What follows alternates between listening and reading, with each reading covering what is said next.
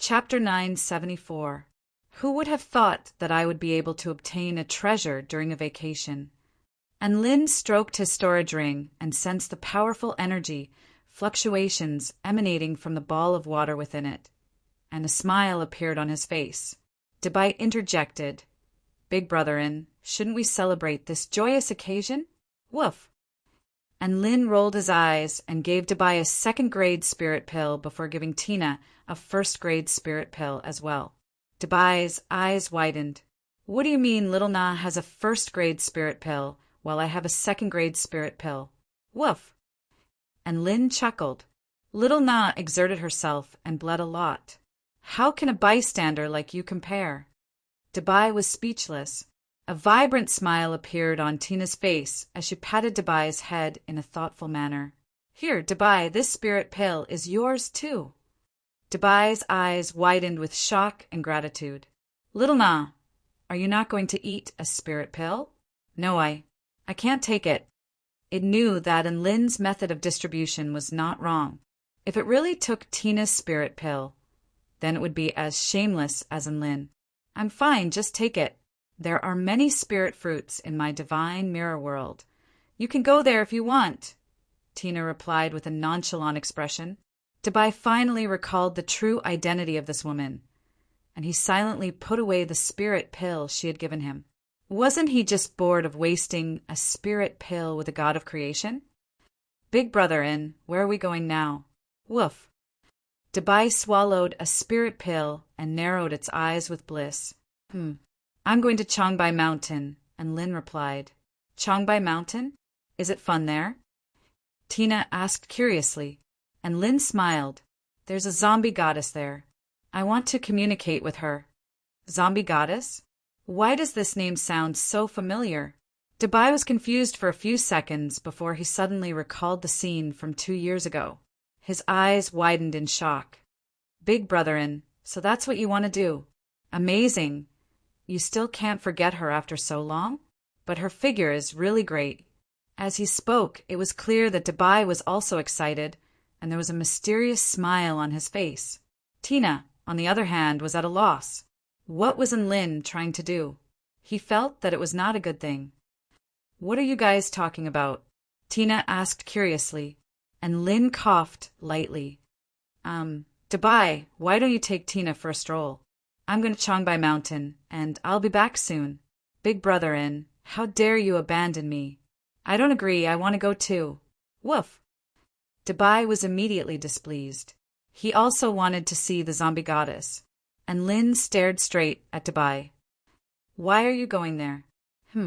Dabai suddenly sensed a powerful killing intent, and his body shuddered as he forced a smile onto his face. "Little Na, where do you want to go?" "I'll go with you, Woof." Tina pouted, clearly displeased with Lin for not taking her with him. "Let's go to the South Pole first. I want to see the Aurora Borealis." "All right, Big Brotherin, I'll be waiting for you." Dabai flew toward the south with Tina in tow, and Lin heaved a light sigh of relief before flying toward the Changbai mountain ranges atop his black brick. Thinking back, in order to preserve his first kiss, he had refused the system's mission and missed out on the Een God cultivation method. He had even been frozen into a block of ice as a punishment. Those painful experiences were still fresh in his mind. Now he had decided to redeem himself and complete the Een God cultivation method. He had no choice. This was a necessary path for him to reach the return to void stage. So he had no choice but to sacrifice himself. The huge black brick broke through the clouds and landed in the middle of the mountain range. "So this is the Changbai mountain range. I hope you're still here." A faint smile appeared on Lin's face. In the past, it would have been extremely difficult for him to find the zombie goddess in such a vast area. But now his consciousness was comparable to that of a top-rate return to void stage mighty figure, so there was a good chance that he could find the zombie goddess with his divine sense. Unless the zombie goddess was intentionally concealing her aura, he would definitely be able to detect her if she used her ability. And Lin sat down on the black brick with his legs crossed and closed his eyes. Boom! His divine sense instantly expanded to a radius of over 50 kilometers as he sensed the energy fluctuations around him. This was the area with the most abundant vital energy in the Changbai mountain range. If the zombie goddess was still active in the Changbai mountain range, then she was most likely nearby. And Lin sensed the scenes of ferocious wolves tearing apart wild beasts, as well as the scenes of giant pythons devouring ferocious tigers. These ferocious beasts continued to battle within the Changbai mountain range, but he didn't sense any higher-level energy fluctuations.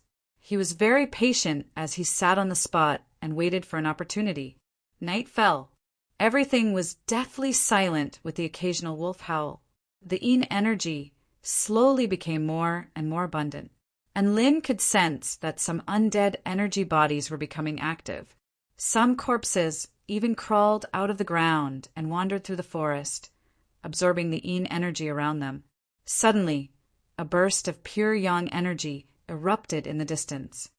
"Oh, interesting, is that a Taoist priest?" And Lin asked with a hint of intrigue. On a certain mountain range within the Changbai mountain range, a man wielding a peach wood sword was relentlessly harvesting low-rank zombies that were crawling out of the ground. This man was quite powerful, with a cultivation base of around the 10th stage Tao body. Normal zombies were no match for him. As the saying went, if you beat the young, the old will come. This was quite true. A zombie king began to appear, and the rich energy of death began to proliferate through the air. And Lin felt like this was an opportunity, and he unleashed his mist immortal technique to sneak toward the battlefield. "Ha ha ha! Jiang Xiangyang, I didn't think you would dare to come to the Changbai mountain. Today is the anniversary of your death." The spirit-nurturing stage zombie king was already sentient, and it pounced toward the man with a sinister smile on its face. Jiang Xiangyang raised his sword in front of him, and the zombie king's crimson claws swiped violently at the peach wood sword. The terrifying energy of death instantly corroded the peach wood sword, and the man was knocked flying by the energy of death as he threw up a mouthful of blood. Jiang Xiangyang fell to the ground, but a smile appeared on his face. "Hee, the anniversary of my death? My God, I came here to lure you out and get rid of you, master." As he shouted, a man dressed in a blue Taoist robe flew over on a sword. The zombie king's expression shifted drastically in that instant. "Elder of the Shangqing sect, Sun Han." Sun Han laughed heartily. The mantis stalks the cicada, unaware of the oriole behind. "Zombie King Crimson Claws, you won't be able to escape, so accept your fate." And Lin clicked his tongue in wonder as he hid in the shadows. Who would have thought that after beating up the young, the old would come? Interesting, interesting. Sun Han slashed his sword toward the zombie king, and a golden sword projection as scorching as flames instantly struck the zombie king's body, tearing through its protective energy of death. Ah! The corpse king's body was torn open, and it tumbled to the ground. The raging flames seemed to be inextinguishable as they continued to burn on its body. A spirit-nurturing final stage cultivator against a spirit-nurturing initial stage cultivator was going to be decided in a single strike. Just as Sun Han was feeling confident that victory was in his grasp, a seductive chuckle sounded in the distance. "Hee hee, Sun Han, you've killed so many of my adorable subordinates, and I finally lured you out today." Black mist suddenly appeared in the distance, enshrouding the two of them like two dragons. An extremely powerful aura descended, and the temperature suddenly dropped to a freezing point, and even the flames on the zombie king's body were snuffed out by the cold. And Lin's eyes lit up at this moment.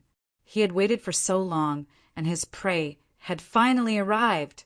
Sun Han didn't see the being who had spoken, and his legs trembled as his expression shifted drastically. "You're the zombie god of Changbai Mountain." Chapter 975. "He looks like I'm quite famous." A powerful aura descended, and Jiang Xiangyang and Sun Han were almost unable to breathe. A woman slowly made her way through the black mist. Her skin was fair and smooth, and her features were seductive and seductive. Her long black hair fell to her waist, and her upper body was completely nude. Her slender waist was wrapped in a grass skirt, and her two long and sexy legs were exposed to the air, making people's imaginations run wild. And Lin silently swallowed as he observed the situation from the shadows. That's right, it's her. It's that familiar zombie goddess. Aside from the fact that her aura had become more powerful, there was no other change. Jiang Xiangyang and Sun Han felt chills run down their spines at the sight of the zombie goddess's seductive appearance. They didn't dare to move in fear of being killed by the zombie goddess. The zombie goddess couldn't help but cover her mouth as she giggled seductively again. Hee, you didn't expect this, did you? The mantis stalks the cicada, unaware of the oriole behind it. Do you think you're the oriole? Don't joke around. This is all a ruse to lure you out. You're not allowed to do as you please on Changbai Mountain. And Lin thought for a moment before deciding that it was time to reveal himself as a hero. As for who was the mantis and who was the oriole, he could only feel sorry for the zombie goddess, who told her to encounter a sword immortal like him. He was just about to do something when a burst of hearty laughter erupted from the distance. Ha ha! Zombie goddess of Changbai Mountain, today is the day you die. A beam of pure golden light fell from the sky and landed on the zombie goddess's black mist, disintegrating it into nothingness like the scorching sun that melted ice and snow. Boom! A Taoist priest with thick eyebrows and large eyes landed on the ground, causing it to tremor and crack. The zombie goddess's expression shifted drastically.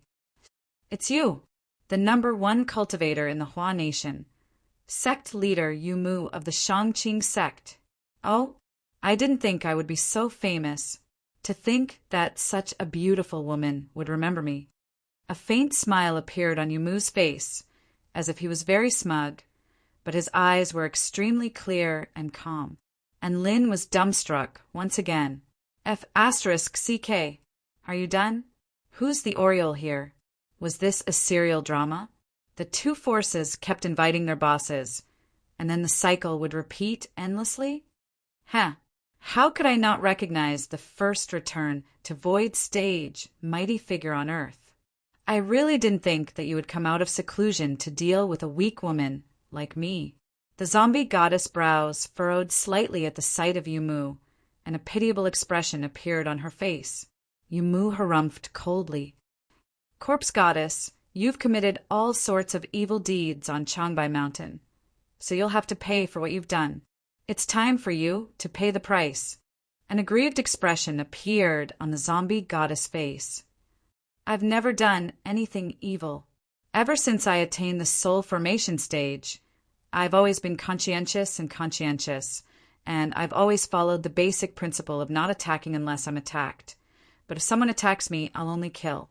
I've always been a good zombie, and I've always been very reasonable. Yu Mu's lips twitched, and he didn't waste any more time talking as he tossed a talisman toward the zombie goddess. Take this, Golden Light Destruction Talisman. Rumble. The golden light shot forth like a sharp sword toward the zombie goddess. The zombie goddess's slender arms danced through the air as a series of ice barriers materialized around her. Boom, boom, boom, the golden light tore through the ice barriers with unstoppable force, sending shards of ice flying through the air before crashing into the zombie goddess's smooth and flat lower abdomen. PFFF. The zombie goddess threw up a mouthful of blue blood as her body tumbled to the ground. Even though she was already a soul formation final stage powerful being, the disparity between return to void stage and soul formation stage cultivators was simply too vast, and there was no chance of her winning. Not only that, but even escape would be an extravagant hope. She had set up a flawless trap, but she didn't think that she would attract the attention of the most powerful being on Earth. Her heart was in complete despair. It only took an instant for her to transform from an oriole into a praying mantis. I'm going to kill you, the zombie goddess roared with rage as a dark blue aura revolved around her body. The power of extreme frost swept through the surroundings, and the forest within a radius of over a kilometer was instantly covered in a layer of frost. The closer one got to her, the more bone-chilling the power of extreme frost became. However, Yumu was like a scorching cauldron as he made his way toward the zombie goddess. The power of extreme frost was completely unable to affect him in the slightest. The dark blue aura in the zombie goddess's hands materialized into a spear, which she hurled toward Yumu. Yumu's expression remained unchanged as golden light enshrouded both of his hands, and he gripped the spear with his bare hands. Boom! The spear was imbued with the power to freeze all things, and it knocked Yumu back several dozen meters before being crushed by the golden light. Ding dong! Detected that host has come into contact with the extreme frosty energy, now assigning the following mission. Absorb the zombie goddess's extreme frosty energy and activate the God cultivation method. The method of absorption is mouth-to-mouth energy absorption. Mission success. Receive stage 1 of the God cultivation method. Mission failure. Become a frozen man for 1 year. Note: this mission cannot be rejected, and the time limit is 10 minutes. God cultivation methods are extremely rare, so treasure them. And Lin was ecstatic. It's here.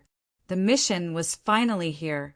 He was initially worried that the mission would change and that he wouldn't be able to trigger it again. However, after the zombie goddess unleashed her most powerful attack, the mission was still triggered. This was a rare opportunity, and he couldn't afford to miss it.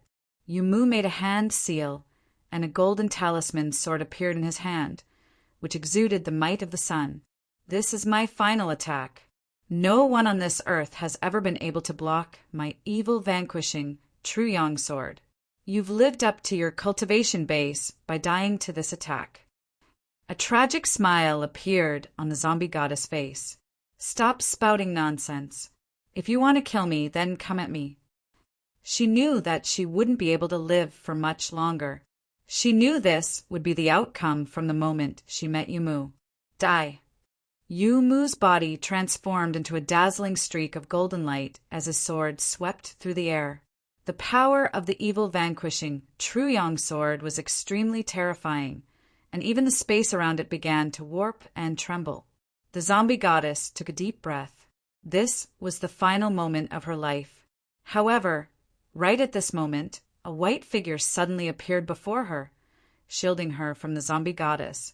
The zombie goddess' eyes widened in shock.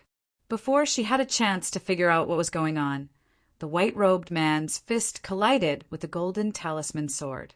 Boom! An earth-shattering boom erupted. Right before Yumu's astonished eyes, his invincible, evil-vanquishing True Yang sword was shattered by a single punch. Golden light imbued with the power of the earth surged forth, and Yumu's body was knocked flying for over 100 meters. He stared at the man who had suddenly appeared, and a certain memory surfaced in his mind as an expression of incredulity appeared on his face. It's you! The zombie goddess was also dumbstruck.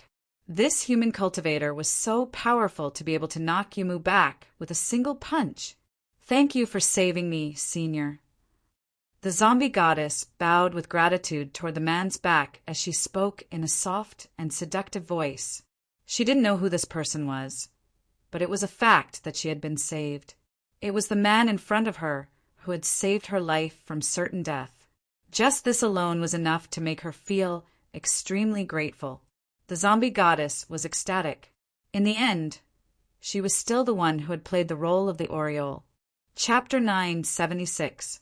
The zombie goddess stared up at the white-robed man with reverence in her eyes. She had also noticed the change in Yumu's expression, and she could tell from Yumu's astonished expression that this man was extremely powerful. She had found herself a powerful backer. At this moment, the white-robed man turned around. He was so majestic and imposing. He had a handsome face and a pair of calm eyes. There seemed to be waves rising up, causing people's hearts to palpitate. But why did this face feel a little familiar? The zombie goddess faltered slightly before her mouth gaped open in shock. You're Before she had a chance to finish her sentence, the man pounced forward and pounced onto her. His powerful hands locked onto her wrists as his body pressed down on top of her voluptuous breasts. The zombie goddess' eyes widened as her breathing accelerated. "You're that man from 2 years ago." History was always eerily similar. 2 years ago, and Lin had pounced onto her just like that. Now, history was repeating itself. Even their positions were exactly the same.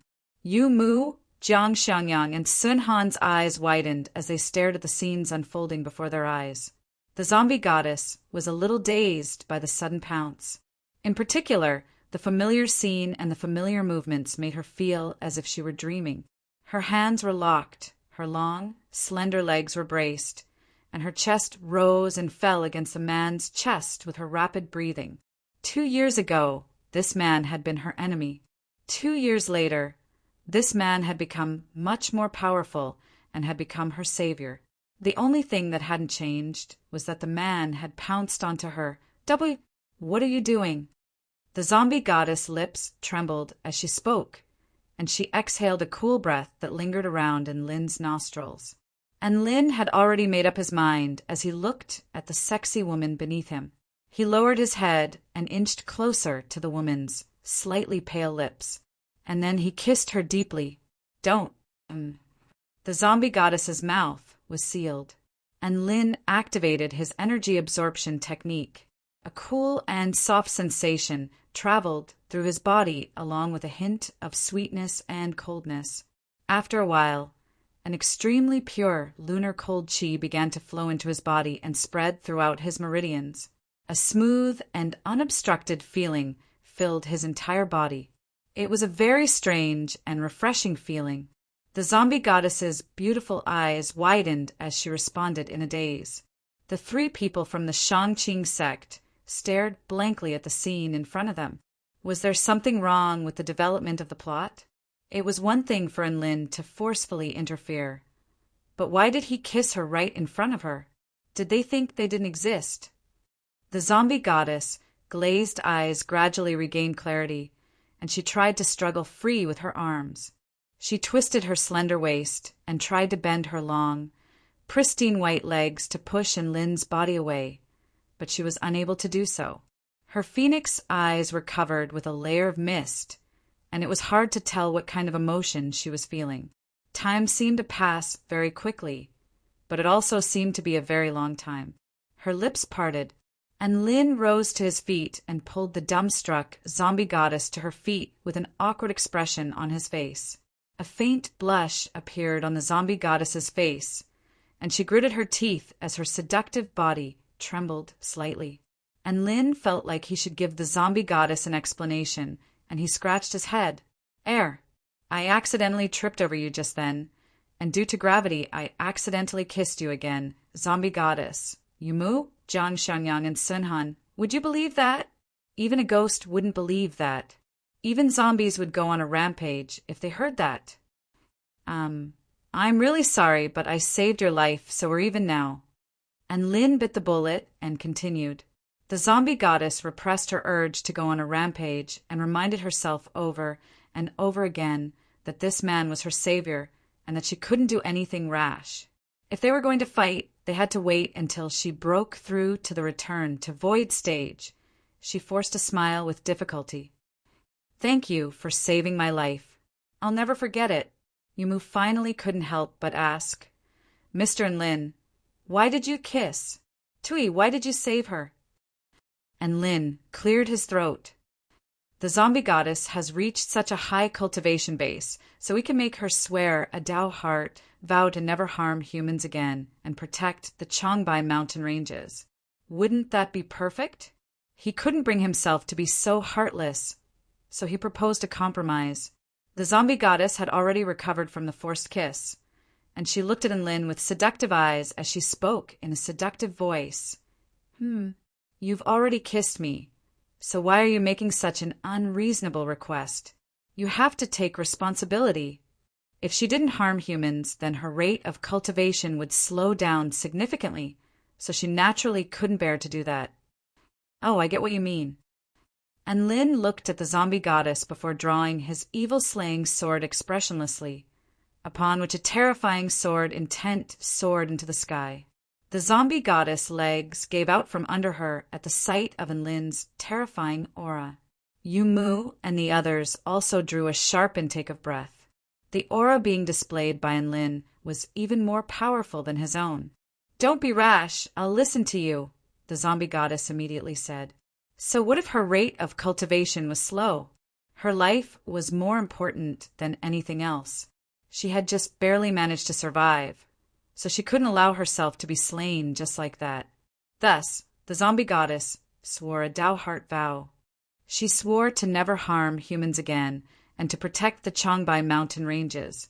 After the zombie goddess swore a Dao-heart vow and Enlin stepped forward to vouch for her, Yumu finally decided to spare her.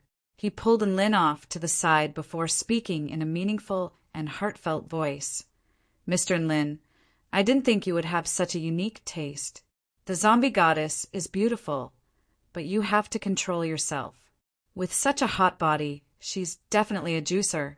And Lin's expression darkened. "I already told you. I accidentally tripped and fell. That's why I kissed you." Yes, I know." Yumu nodded with a mischievous smile. Jiang Xianyang and Sun Han also looked at Enlin with a knowing expression on their faces. And Lin, F***CK, if he had known this would happen, he would have dragged the zombie goddess into the forest before pouncing on her. There was no way he could explain this now. He couldn't just say that kissing the zombie goddess would give him a cultivation method, right? No one would believe that. After taking care of a big problem, Yumu and the others began to leave. Only Enlin and the zombie goddess remained. The zombie goddess wrapped her arms around her perky breasts, and there was a rare hint of timidity in her pitch-black eyes. She was extremely powerful, and no matter who she faced, she would always appear in front of everyone with the cold and cruel face of a queen.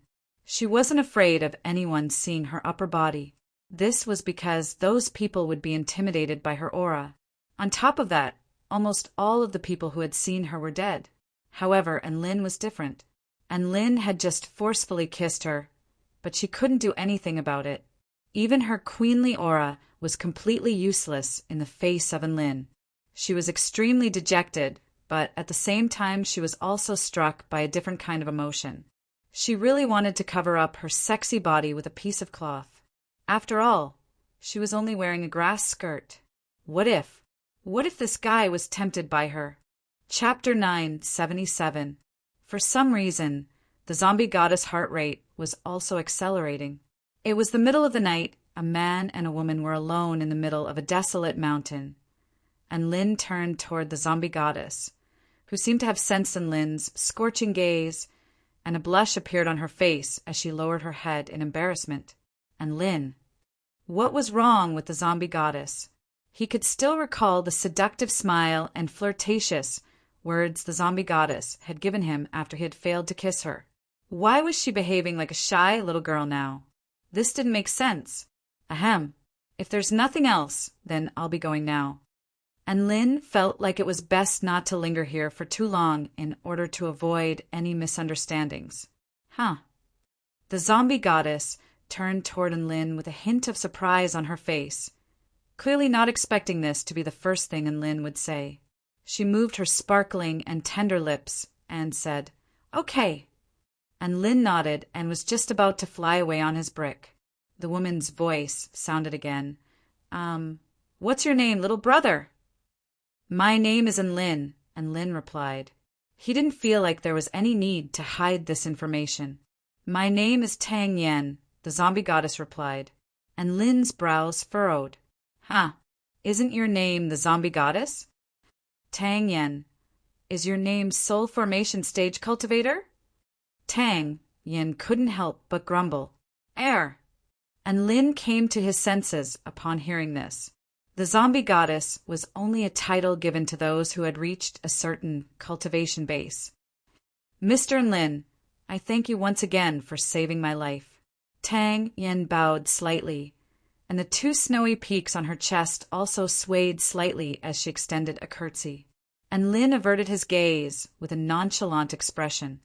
Fellow Taoist Tang Yen, I hope you can repent and cultivate diligently. We'll meet again if fate allows it. He hurriedly flew into the air atop his black brick as he spoke. He was afraid that he wouldn't be able to control himself if he flew any slower. Tang Yen stood on the spot, quietly watching the man disappear into the distance. The moonlight gradually dimmed, and the surroundings once again became silent. It was as lonely as before, with only 1 or 2 wolf howls echoing in the forest. After Lin left Changbai Mountain, he turned his attention to his system. He had already completed the first stage of the Yin God cultivation method, and he had gained a deeper understanding of the power of the Yin element. His mastery of the spatial congealing spell technique and water clone spell technique had also been further enhanced. He had also learned a derivative cultivation method, the extreme frost vortex, which had extremely powerful sealing and restrictive abilities. And Lin currently had the Yin-Yang 5 elemental wind and lightning cultivation technique. Only the metal cultivation technique was left. Other than that, the divine elixir had already been reserved, and the problem of funds had already been solved. All that was left was a divine artifact. After this period of hard work, he had unknowingly completed more than half of his mission to break through to the return to void stage, and it could be said that he could already see the dawn of success. If I work harder, I might be able to break through to the return to void stage this year. And Lin said, full of fighting spirit. The black brick streaked through the sky at an extremely fast speed. He was quite intrigued by the speed of the black brick and the speed of the commercial plane in the sky, and they flew side by side for a while. And Lin flew through the clouds with the commercial plane, and he could even see the faces of the people looking out of the windows. Of course, none of them were able to detect his concealment spell technique. Thus, he flew alongside the commercial plane in a leisurely manner. This was a very peculiar feeling. One had to realize that 4 years ago, he would have never imagined that he would experience something like this. It really was a dreamlike scene, and Lin sighed with emotion. He was very glad that he had chosen to cultivate to become an immortal. Only then would he have the opportunity to see the wider world and live a different life. After flying alongside the commercial plane for an hour, he finally reluctantly flew toward the South Pole. It was night time at the South Pole, and the boundless night sky was intertwined with a vast expanse of white snow and ice, creating a vast and tranquil scene. He found Tina and Dabai, and he leaned against Dabai's soft back as they admired the dazzling aurora in the night sky together. Giant and Lin, these auroras are so beautiful. Why would auroras appear at the north and south poles of Earth? Tina was both astonished and curious, and Lin was very glad that he hadn't returned his high school physics textbook to his teacher, and he explained, "The auroras on Earth are optical phenomena caused by the ionization of molecules or atoms in the upper atmosphere by the flow of charged particles from the Earth's magnetosphere or the sun." Tina blinked her bright eyes, and she seemed to understand what Lin was saying. "Wow, Giant and Lin is so awesome!" And Lin nodded with satisfaction. It was a pleasant surprise for him to receive a wave of admiration points using his knowledge of Earth. "I'm still a little curious about what Big Brother and did at Changbai Mountain, woof." Dabai suddenly interjected. "And Lin, I went to Changbai Mountain to take care of some business. I wanted to learn a cultivation method." And Lin replied with a serious expression. Dabai's nostrils flared, and a sly smile appeared on his face. "You wanted to learn a cultivation method from the zombie goddess? I get it, it's like learning English with a foreign girl, hee." And Lin slapped Dabai's head with an enraged expression. "Say one more F*king word, and I'll smash your head in." Dabai wore an aggrieved expression. He had the courage to do something like that, but he didn't allow his dog to talk about it. And Lin, Dabai, and Tina chatted idly, and a hint of liveliness appeared on the silent and lonely Earth. They stayed at the South Pole for a few days, and they ate a few polar bear mutant beasts when they had nothing to do. They even discovered a spirit-nurturing stage ice-wing bird in the depths of the glaciers, which was a pleasant surprise. And Lin had never eaten such a creature before, and he excitedly caught the ice-wing bird and cooked it into a soup. The soup was delicious and smooth, and the meat had a peculiar crispiness to it, which made Lin, Dabai, and Tina extremely happy. After that, they returned to the Hua Nation to cultivate on the north Mist Mountain. This was more of an attempt by Dabai to break through to the soul formation stage, and Lin didn't need to cultivate normally. His priority was to nurture a spirit for the evil-slaying sword and obtain a divine tool as soon as possible. As for Tina, she focused more on observing heaven and earth, and absorbing the spiritual energy of heaven and earth to improve herself was not very useful anymore. In Tina's words, accompanying her to experience some interesting things and witnessing some unique scenery was a form of cultivation. And Lin spent his days on the North Mist Mountain practicing his swordsmanship with a Mingchuan, as well as teaching him some spell techniques and sword techniques. As for how to improve his cultivation base, there was really nothing he could teach him. Even so, and Mingchuan's cultivation base was still progressing at a rapid rate. And Lin's observation of the 5 elements, yin, yang, wind, lightning, and the Tao of the sword was far superior to that of the average mighty figure. It could even be said that he was the most proficient cultivator on earth in these areas. Under his wholehearted guidance, and Mingchuan's cultivation speed really did improve by leaps and bounds. And Lin also gave Mingchuan many spirit pills and spirit fruits to assist in his cultivation. The days passed by in a mundane, yet fulfilling manner. Not long after that, Xianyuan Chen came to Lin's voice transmission talisman with good news. Classmate Lin, the teleportation passageway to the Celestial Court has been repaired. Chapter 978. After receiving the news, Lin and the others began to bid farewell to their family and friends on Earth. Wait for my news, Dad. The next time we meet, I'll take you to the Tai Chu continent. And Lin gave the man before him a hug with a smile on his face. He had already decided to take his father to the Tai Chu continent prior to graduation. The cultivation environment on the Tai Chu continent was much better than on Earth. Furthermore, and Mingchuan would be able to cultivate at the 4-9 Immortal sect with all of the pavilion lords assisting him, so it was obvious which side was better. Don't forget about me, fake Taoist priest. Tian Lingling raised her little hand as a reminder, and Lin patted Tian Lingling's head with a smile. You have to work hard in your cultivation. It would be embarrassing if you couldn't even pass our sect's entrance trial. TCH. Tian Lingling rolled her eyes with displeasure. You're looking down on the most exceptional prodigy of the younger generation on Earth. And Lin nodded upon hearing this. That's right, Tian Lingling. What followed was a flurry of little fists pummeling his chest, and Lin had attained initial success in his body of the war god, so Tian Lingling's pummeling didn't even tickle him.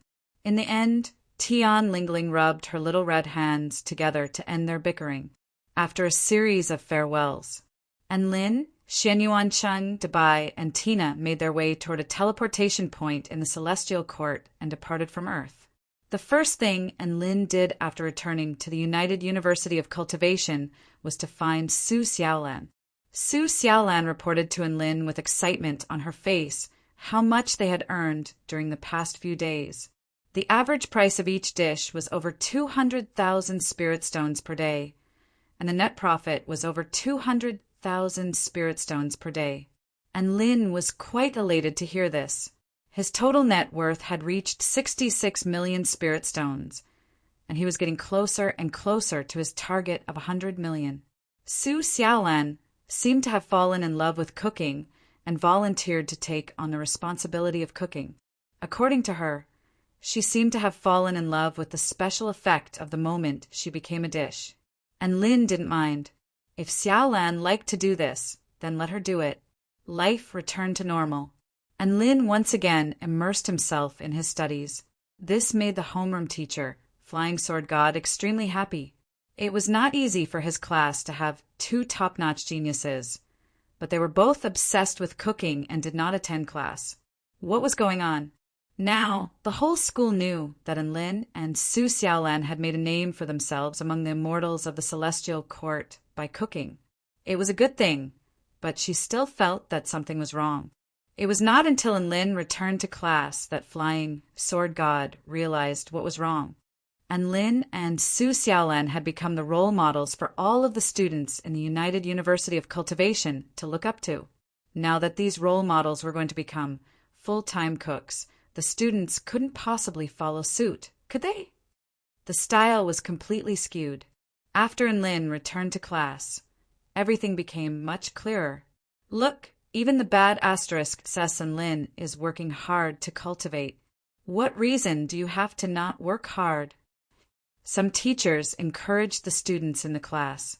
All of the students' fighting spirit was reignited upon hearing this, and they all followed the example of student Enlin and worked hard to cultivate.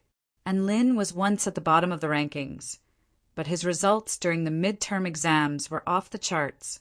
He scored full marks for his Pill Refinement class, Immortal Spells class, Combat class, Dao Realm class, and Lin nodded with an indifferent expression. Not bad. Before he knew it, half a month had passed. A piece of news from the 4-9 Immortal sect disrupted his peaceful life. And Lin, bad news. Our Spirit Stone Mine scouting team has engaged in a conflict with the Dragon Court of the Eastern Seas in the territory of the Flying Ball tribe. Lu Qianhuan's voice sounded, and Lin had some recollection of the Flying Ball tribe. They were a medium-sized tribe on the Tai Chu continent that resided to the east of the Kingdom of the 9 States. It's just a conflict. What's there to be surprised about? Can't we just deal with it in the spirit of civilization, harmony, and freedom? And Lin spoke with a nonchalant expression. But Xiao Zhe killed one of the Dragon King's sons. Lu Qianhuan exclaimed in a panicked voice. Gasp! And Lin drew a sharp intake of breath. Which Dragon King? Lu Qianhuan replied with a resigned expression. Which Dragon King? The Dragon Court of the Eastern Seas. And Lin's expression darkened upon hearing this. What exactly happened? Hurry up and tell me in detail. Lu Qianhuan gave a detailed explanation. Our Spirit Stone Mine scouting team discovered a large mine in a secluded area of the Flying Ball tribe's territory, but news of this was accidentally leaked. The Dragon Court of the Eastern Seas scouting team rushed over and claimed that they were the ones who discovered the mine first. They even tried to chase our scouting team away and forcibly mark the mine. Our scouting team will immediately report this matter to the sect. When Xiaoza heard this news, he rushed over angrily. A large mine is priceless, so how could they allow it to be stolen? The Dragon King's second son, Ao Xiu, also rushed over. He had a dispute with Xiao Zhe over the ownership of the mine, and they got into a fight. But who knew that Ao Xiu was really too weak, and Xiaoza accidentally smacked him to death. And Lin, what the F***CK accidentally killed the Dragon King's second son. He was a return to Void Stage mighty figure after all. How could he be so weak? And Lin felt like he needed to organize his thoughts. The Dragon King had a dozen or so children, but that didn't mean his children weren't important. Ao Xiu's aptitude wasn't very high, and he was only able to progress to the return to Void Stage due to sheer luck. He had remained at the return to Void initial stage ever since. Xiao Zhe accidentally killed Ao Xiu, so this theory was valid. And Lin believed it, but the Dragon King wouldn't believe it. Even if the Dragon King believed that this was an accident, and Lin knew them well enough to not let the matter rest. It was very common for conflict to result in casualties. But if the casualty was a person of high status, then things wouldn't be so simple, even if Lin's side was in the right.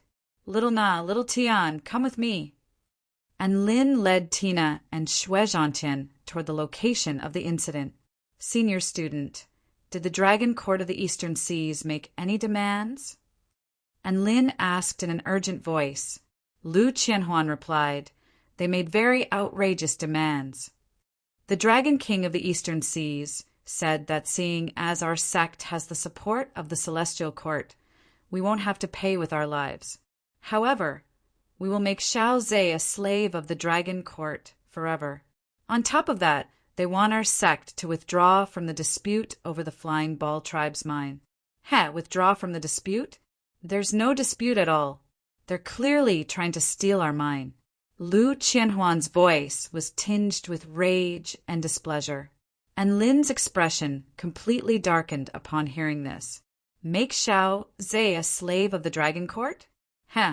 Don't they know whose disciple Xiao Zhe is? Chapter 979. The power of the divine Tao unique to a return to void final stage mighty figure soared into the heavens, forming an extremely fearsome lightning tornado that roared with rage. He had already made up his mind. If worst came to worst, he would just kill Xiaoza and the others on the spot. In any case, he had the reputation of avenging his son, so it was only right and proper for him to do so. Even the heavenly court would not interfere. Aside from Dragon King Aomeng and the two men beside him, all of his Dragon Tribe followers collapsed to the ground in the blink of an eye. Boom! All the 4-9 Immortal sect could do was yield and submit to his judgment. What? Aomeng's expression faltered slightly. Beside the middle-aged man were 2 Dragon Tribe men with powerful auras, as well as a group of powerful Dragon Tribe followers. And Lin praised, "You're still as fit as a fiddle." Boom! Golden ripples swept through heaven and earth, as if a paramount god were looking down upon all the ants in the world. And Lin admitted his identity. He knew that if he didn't have the power to back up his claim, then there would be no point in negotiating. As such, he might as well flex his muscles first. "I'm not worthy? Let me see who gave you the courage to talk to me like this." Aomeng had never been mocked like this before, and he made a grabbing motion toward the black brick in the sky. A disdainful expression appeared on Aomeng's face. "You killed my son, and the heavenly court wouldn't say a word about it.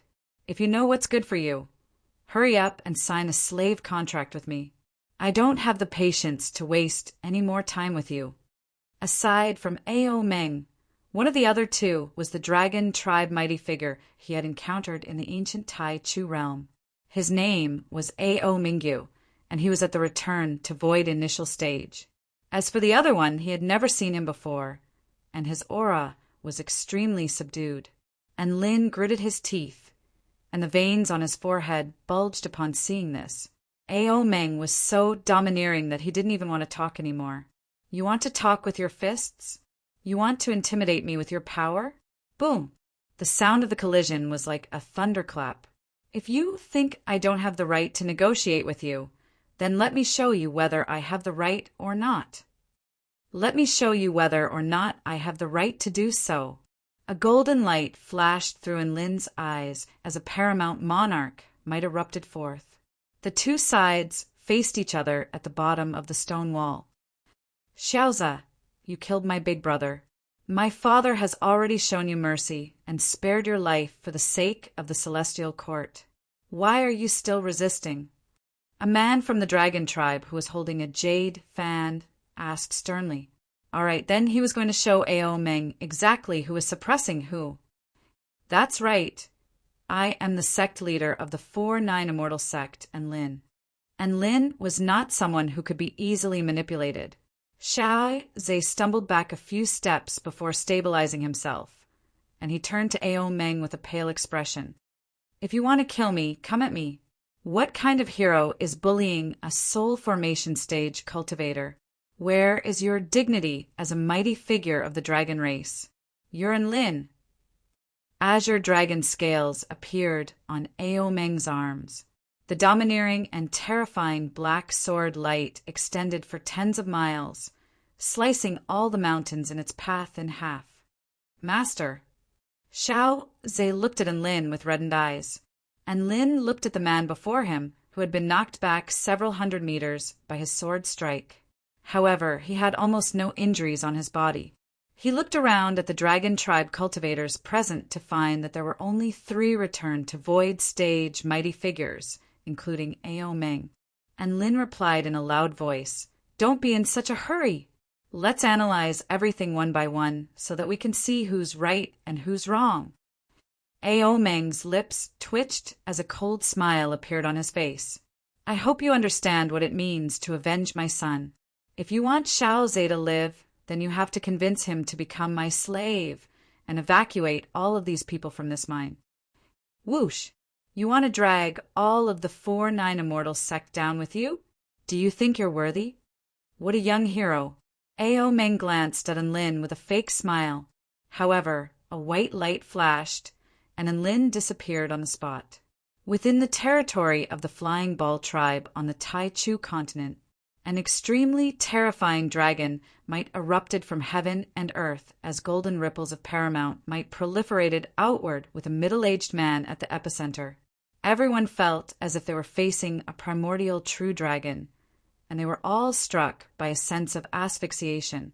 Right at this moment of shock, a white light suddenly appeared before him, and a man wielding a black sword with black mist revolving around his entire body slashed down upon him. The Dragon Court was more powerful than the 4-9 Immortal sect. Ao Meng, do you have any shame? It was clearly you who wanted to take the mine by force, which caused the dispute, but now you are blaming all the fault on us. Is this how the ruler of the Dragon Court does things?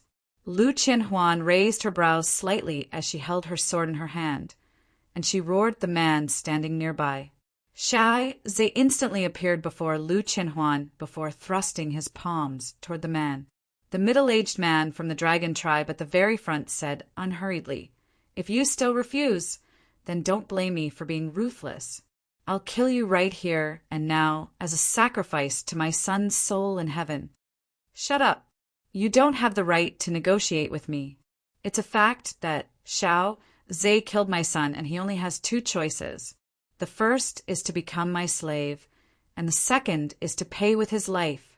I'll give you 10 seconds to consider." A terrifying aura erupted from Ao Meng's body again. "I, Xiao Zhe, am only Master's underling. You want me to be your Dragon Court's slave forever? Dream on." Xiao Zhe chuckled coldly. In contrast, Ao Meng knew that they were the ones in the wrong here. If they were to analyze the situation carefully, there could be other variables that could arise, so they might as well use force from the get-go. Xiao Zhe stood in front of the dozen or so outer sect disciples in a black robe, and he looked at the white-robed, golden-eyed man with dragon horns and a solemn expression on his face. He had just used his arms to defend himself against Enlin's full-force attack, even though he hadn't injured Ao Meng, and Lin's lips still curled up into a faint smile, as if he didn't take this dragon tribe king seriously at all. "You want my disciple to become your slave? Do you think you're worthy?" And Lin raised his head, and a hint of rage and coldness appeared in his eyes. After that, he would take all of their belongings, as well as the Spirit Stone mine. In that case, it wouldn't be a big loss for him to lose a useless son. Ha ha ha. Ao Meng burst into laughter from his rage. "I'm not worthy? Fine. Then all of you shall die here for me." In the distance, a handsome man flew toward them atop his brick before looking down at Ao Meng from above. Within a mountain, a certain steep stone wall had already been smashed open, revealing a translucent green crystal that exuded extremely powerful, vital energy fluctuations. "Dragon King Ao Meng of the Dragon Court of the Eastern Seas? Is that all you've got? You have no right to interrupt when I'm talking."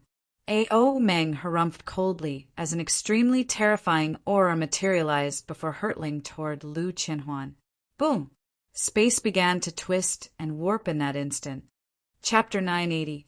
Ao Meng's expression shifted slightly as he sensed the divine might unleashed by Enlin. "Are you refusing to let Xiao Zhe become your slave?" His voice was like rumbling thunder, causing the space around him to tremor slightly. And Lin drew his evil-slaying sword and took a deep breath. "I've already told you, you're not worthy of being my slave." She didn't reason with him and only gave him two choices. Did she really think that he was a weakling who could be bullied by others? Master, I'll fight with you. A determined expression appeared on Xiao Zhe's face as he stood beside Enlin. Not only that, but Tina and Xue Zhantian had also arrived beside Enlin, clearly planning to fight alongside Enlin. Hee, do you really think a few return to void stage mighty figures are a match for me? I'll show you just how big of a difference there is between a return to void stage mighty figure who has mastered the power of the divine Tao and one who hasn't. Whether it's 1 or 10, it doesn't make any difference to me. Ao Meng's expression darkened, and over 100 bolts of purple lightning suddenly shot forth from the lightning tornado around him, descending upon Enlin with extremely fearsome power of the divine Tao like lightning snakes in the sky. He had unleashed his power of the divine Tao from the get-go, clearly trying to cripple Enlin right here and now. Enlin's expression remained unchanged in the face of over 100 bolts of lightning, and he clasped his hands behind his back, upon which the purple lightning suddenly changed directions to strike Ao Meng with even greater power. What? Ao Meng's expression shifted, but he reacted extremely quickly to materialize a barrier in front of him. Divine Lightning Barrier. The Divine Lightning Barrier then crashed into Ao Meng's face. Boom, boom, boom.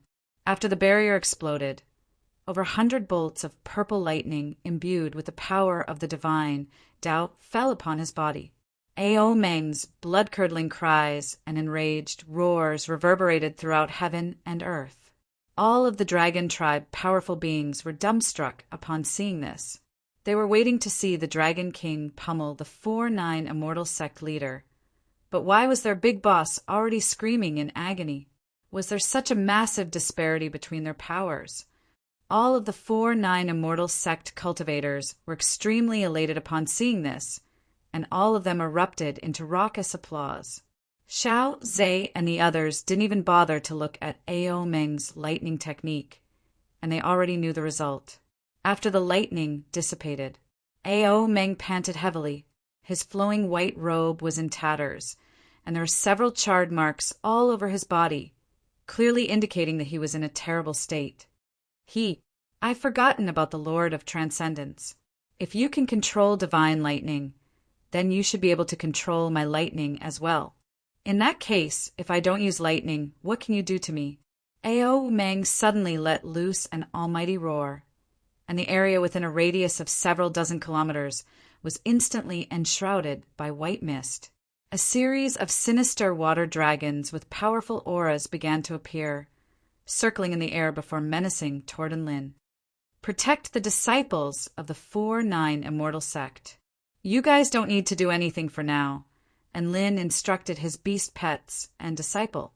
But Master, our opponent is a return to Void Final Stage Dragon King. Xiao Zhe was a little nervous. Do you still not trust me? Enlin turned to look at him with a confident smile. Xiao Zhe opened his mouth, but he didn't say anything in the end. There are still 2 dragon tribe mighty figures who haven't attacked yet. Remember to be on your guard against them, Enlin cautioned. As for the Dragon King of the East Sea, I can take him on by myself. Roar. Several blue water dragons over 10,000 feet in length let loose enraged roars before pouncing toward Enlin with devastating force. Enlin stepped forward at the same time and leaped into the air, taking the initiative to charge toward the water dragons. His body was extremely minuscule in the face of the water dragons, and he was instantly engulfed by the boundless power of water, transforming heaven and earth into a vast expanse of ocean. You're overestimating yourself. A smile appeared on Ao Meng's face as he abruptly clapped his hands together. The blue water dragons began to tear viciously into Enlin's body, and each and every one of their attacks was imbued with Ao Meng's observation of the divine Tao. Even a return to Void Final Stage mighty figure would be wounded by attacks of this caliber. A series of tiny gashes had also been inflicted on Enlin's body of the war god, but his expression remained unchanged. The blood within his body began to churn, and his skin had taken on a reddish-golden color. Ao Meng felt like something was amiss. All of a sudden, a burst of light as bright as the sun erupted forth within Lin at the center. Boom! An extremely terrifying explosion erupted within the vast expanse of ocean. Boundless flames erupted in the form of a ring of clouds. The water dragons let loose an anguished wail as they were shattered by the terrifying shock waves and scorching temperatures before being vaporized into nothingness. This is... Ao Meng's pupils contracted slightly as he stared at the scenes unfolding before his eyes in astonishment. And Lin's entire body had taken on a crimson golden color as divine flames and holy flames burned all over his body. The scorching temperatures made the air churn and space twist and warp. However, that wasn't the point. The point was that Lin's aura had become even more terrifying. And Lin opened his mouth slightly before exhaling a mouthful of scorching air.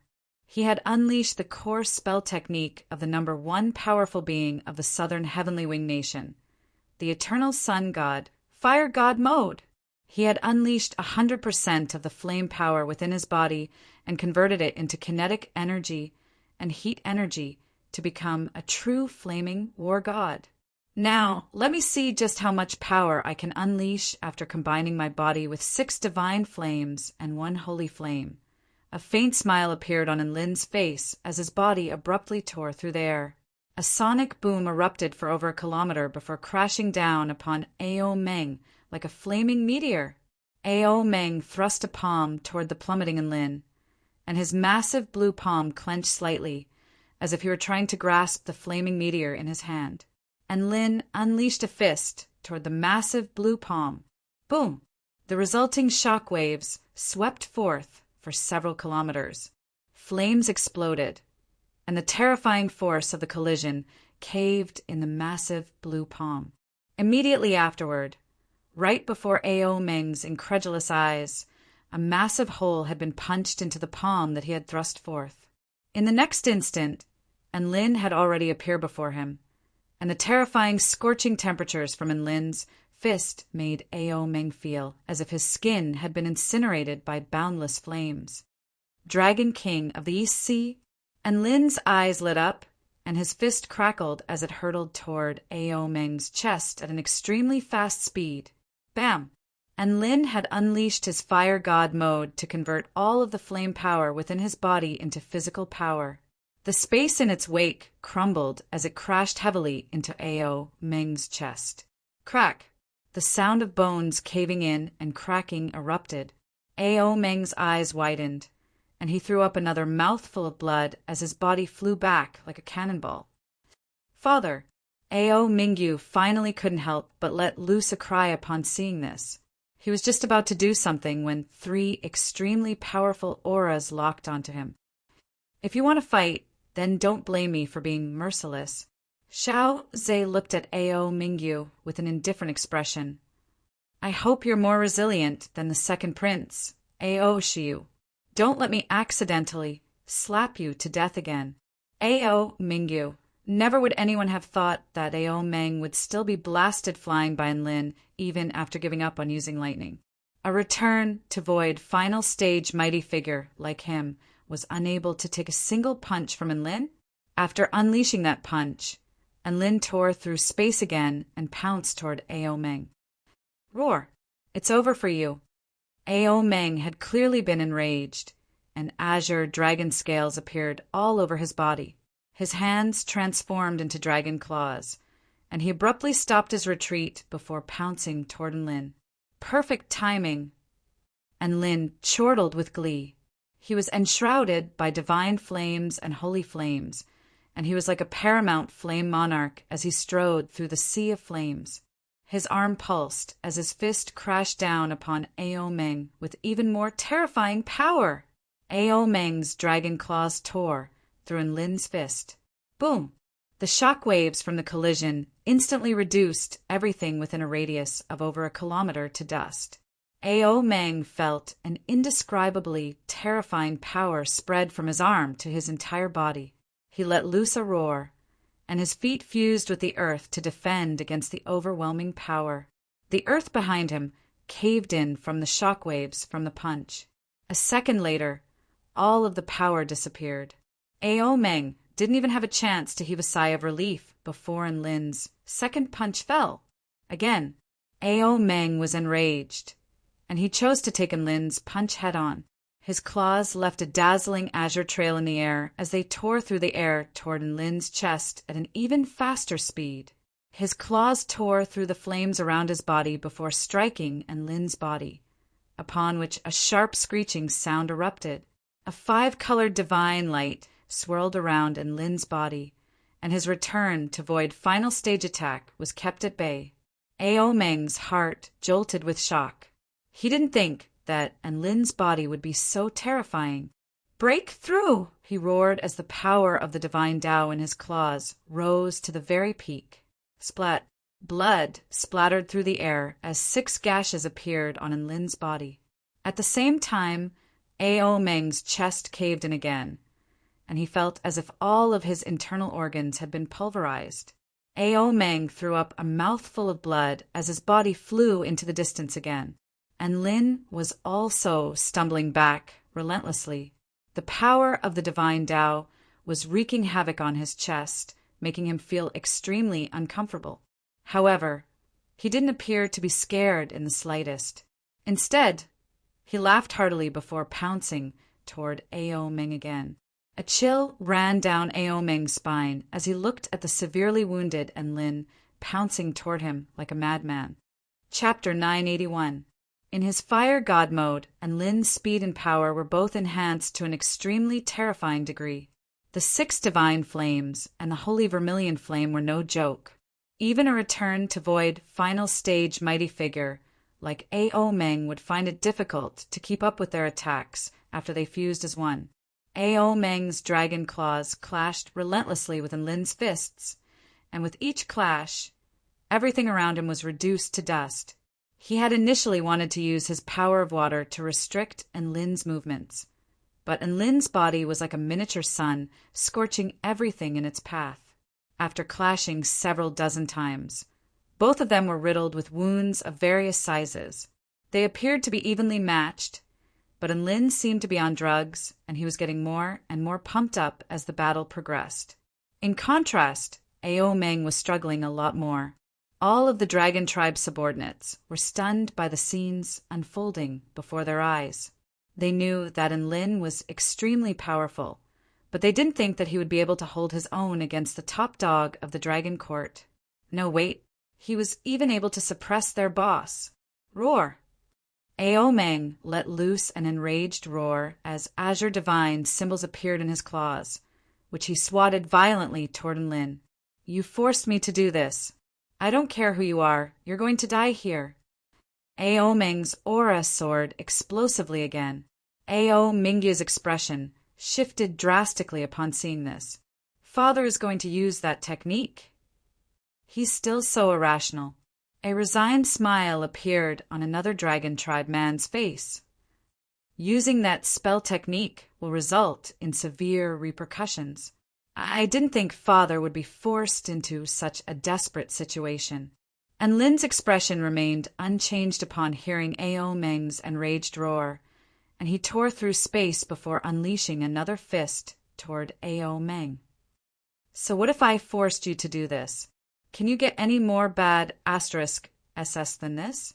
His fist was extremely powerful, and even before it had come into contact with Ao Meng, the space around it was already beginning to crack open.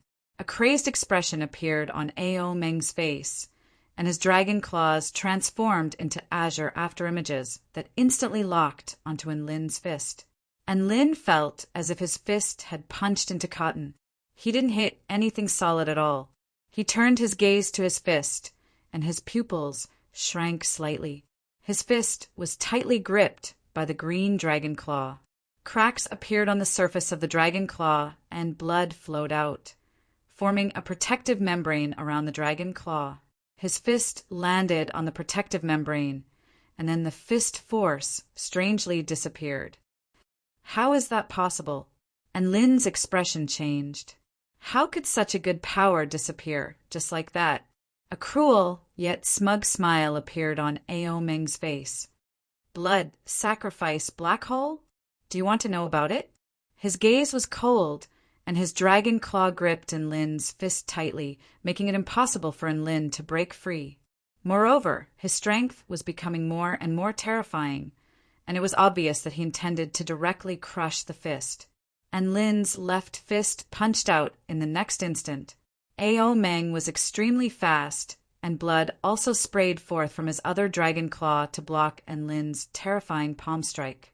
It was supposed to be an earth-shattering collision, but it was as if it had fallen into a bottomless abyss. Not even an echo was produced, and Lin was dumbstruck for a moment. This was the first time he had encountered such a peculiar power. Based on his previous battles, Ao Meng would have been knocked back several hundred meters at the very least after taking that attack. However, it was as if his fist had struck thin air, and he didn't feel as if his fist had struck flesh at all. Right at this moment, an excruciating pain shot through both of his fists, and his bones began to creak under the immense pressure. I'm going to cripple your arms now. Let's see how you're going to fight me then.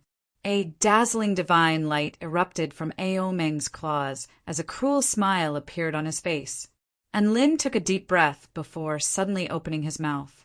Ao Meng. All of a sudden, terrifying heat burst forth as a golden light converged in his mouth. An extremely terrifying pillar of golden energy erupted from Lin's mouth before striking Ao Meng's face head-on. The golden pillar of energy was boundless, and it tore through the earth and mountains behind him like a river of flames that extended for close to 10 kilometers, incinerating all things in its path. This was the fat combustion cannon that he had learned from Ishi. It could convert fat into heat energy, which could then be unleashed through his mouth. After combining this spell technique with his fire god mode, its power was elevated to a whole new level. Ao Meng had caught Lin off guard and taken the attack head-on, so how could he possibly feel good about it? And Lin felt as if the power binding his hands had been loosened, and he immediately struggled free from Ao Meng's grasp before retreating in a frenzy. The energy dissipated. Ao Meng's face was charred black, and he exhaled a mouthful of white smoke with a blank expression. Was this Lin even AF * King Human? This was the first time he had ever seen a human who could fire a cannon from his mouth, and most importantly, it was so powerful. All of the dragon tribe powerful beings widened their eyes in shock and horror as they stared at the human male. Their impression of Lin had been refreshed once again. It was one thing for the dragon tribe to be able to unleash energy, but what the hell was going on with a human? Furthermore, his energy was countless times more terrifying than theirs. After retreating for over a kilometer, Lin shook his slightly numb hands as he looked at Ao Meng with a grave expression. Ao Meng's blood, sacrifice, black hole spell technique was still quite a threat to him. If it weren't for the fact that he had some special techniques to retaliate, that attack would have been enough to put him in a dire situation. Very well. You've successfully enraged me.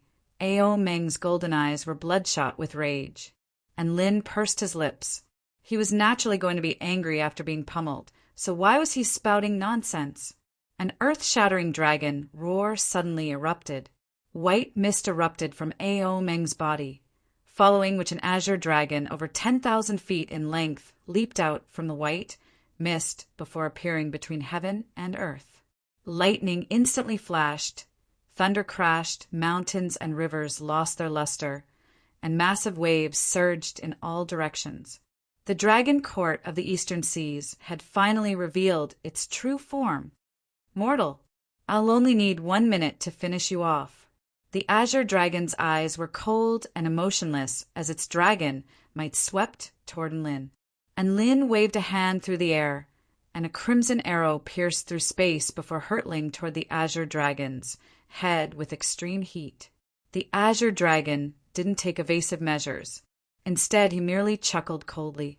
A faint stream of blood suddenly appeared on his glabella, and the crimson arrow instantly disappeared upon striking the layer of blood. Hee hee, don't waste your energy. My blood, sacrifice black hole technique can transform any part of my body into a black hole that can engulf energy. You won't even be able to harm me." The azure dragon chuckled coldly as it circled around in the air before pouncing toward Lin like an azure divine sword. And Lin deactivated his fire god mode. He had no choice as he had overexerted himself. However, his aura did not weaken in the slightest. Instead, faint black mist revolved around his body, making his aura even more fearsome. Origin energy of the netherworld. Second stage wind spirit. Wind sword. Kuin pum travel. And Lin's speed was like a bolt of lightning after being boosted by the threefold speed enhancements. He reached Ao Meng's back before pulling out a massive bronze ball. "It's your turn, large water ball." Chapter 982. Ao Meng was given a fright by Lin's speed.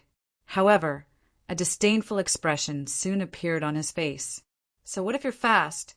All of your attacks will be engulfed by me." And Lin's expression didn't change much upon hearing this. As long as it wasn't the power of laws, all types of power had a limit, and the blood sacrificial black hole was no exception. Otherwise, if Ao Meng were to enshroud his entire body in blood, wouldn't he be invincible? And Lin landed on Ao Meng's back, and blood was already seeping out from Ao Meng's body, enshrouding his entire body to form an indestructible energy engulfing barrier. At the same time, a series of water blades imbued with the power of the divine Tao tore through the air toward Lin. And Lin ignored these attacks and activated his vital energy to crush the bronze ball onto Ao Meng's back. At the same time, he made a hand seal. "Large water ball, crush him!" Boom! And Lin was blasted flying by the blue water blades, and a massive gash appeared on his body of the war god. However, his eyes were extremely bright as he stared at the large water ball with anticipation in his eyes. "Ha ha ha! You want to crush me with a ball like this? I'm going to die of laughter. I'm the Dragon King of the Dragon Court of the Eastern Seas." Ao Meng chortled with glee as he maneuvered his body through the air. The ball on his back was completely ineffective, and Lin faltered slightly upon seeing this. Could it be that his large water ball wasn't powerful enough? Just as he was hesitating, Ao Meng's expression suddenly shifted, and his body shuddered violently. Ao Meng had only just opened his mouth to speak when an extremely terrifying power descended, as if it were a mountain crushing down upon all things in this world. Hell! His body was crushed into a U shape, and he let loose an anguished wail as he plummeted from the sky. Boom! The azure dragon crashed into the ground, causing the ground to tremor violently.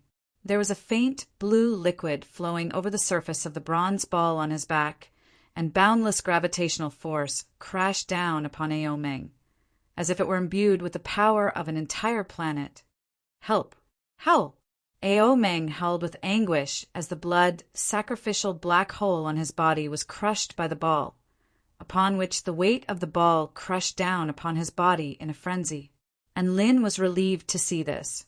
The large water ball had absorbed the weight of hundreds of millions of tons of water. With such a huge weight gathered in such a small ball, the pressure produced was unimaginable. For example, if a bullet weighed a ton and was pressed against the palm of his hand, even if he didn't shoot it from the muzzle, the terrifying pressure brought by the gravity would be enough to penetrate his palm.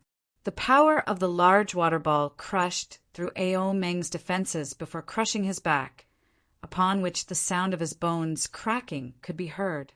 Hell! Ao Meng let loose another blood-curdling cry. "Father!" Ao Mingyu finally couldn't help but fly toward Ao Meng. It was also in that instant that Xiao Zhe appeared in front of Ao Mingyu. He transformed into a black dragon and swatted Ao Mingyu away like a rubber ball. "Don't disturb my master's battle." The black dragon roared angrily and spoke in a majestic manner. "Brother, don't wait any longer. Father is about to die." Ao Mingyu yelled. Sigh. A light sigh suddenly sounded, A dragon tribe male with a cold expression and a pair of sharp eyes gripped the hilt of his sword as he made his way toward Ao Meng, covering several hundred meters with each and every step. Xiao Zhe immediately pounced toward the male. Piss off!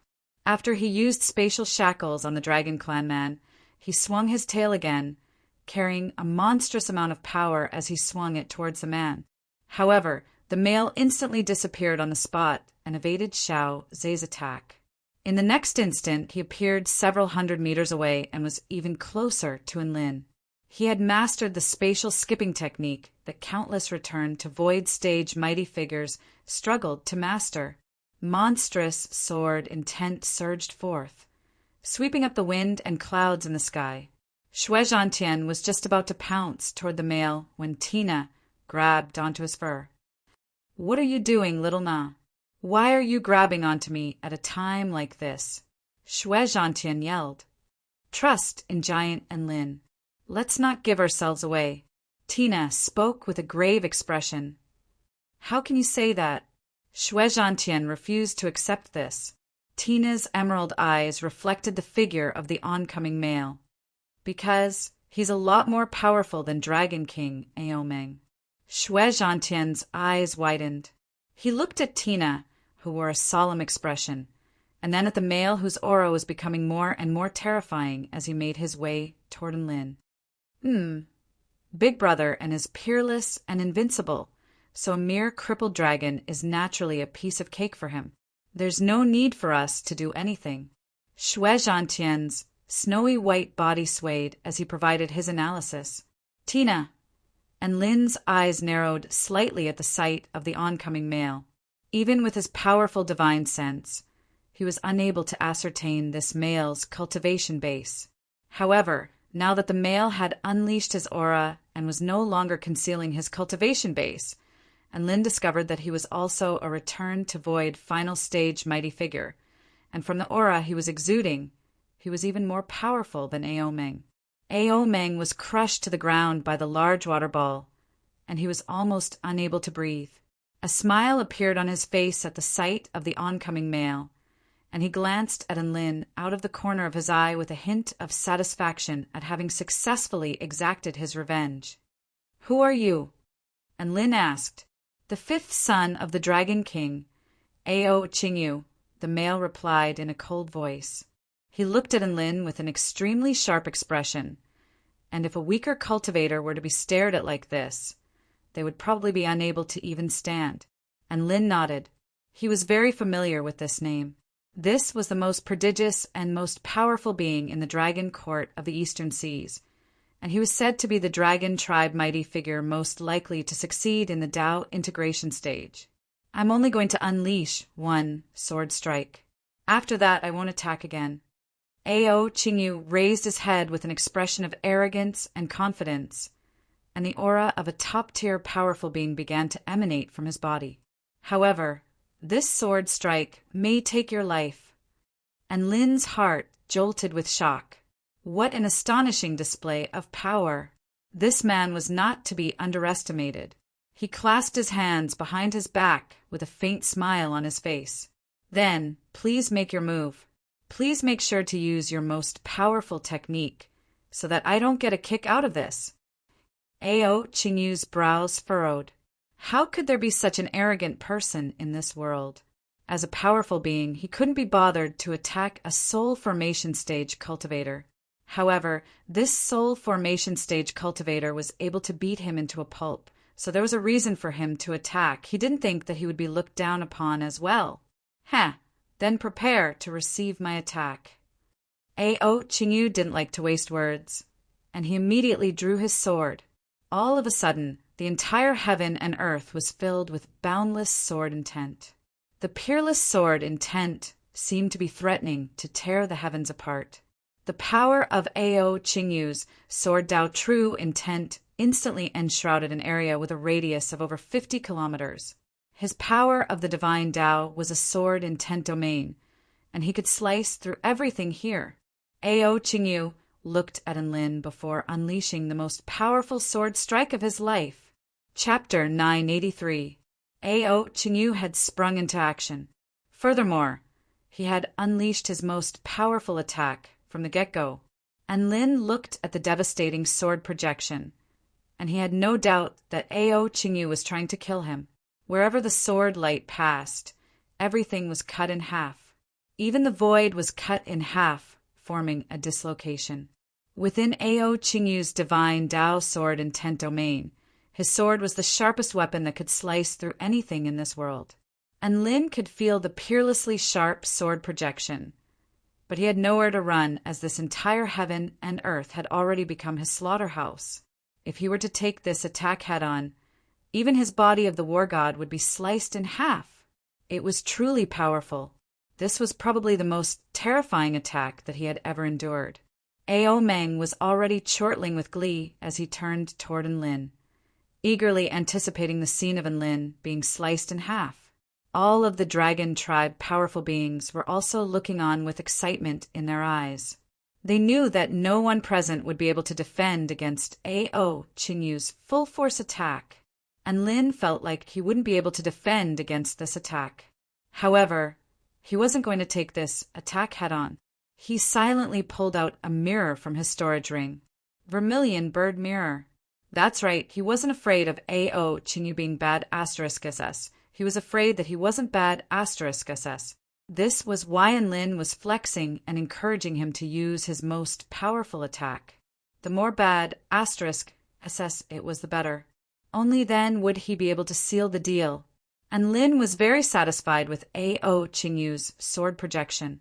The sword projection that was powerful enough to slice through everything in this world fell before Enlin, and the dazzling sword projection became the only color between heaven and earth.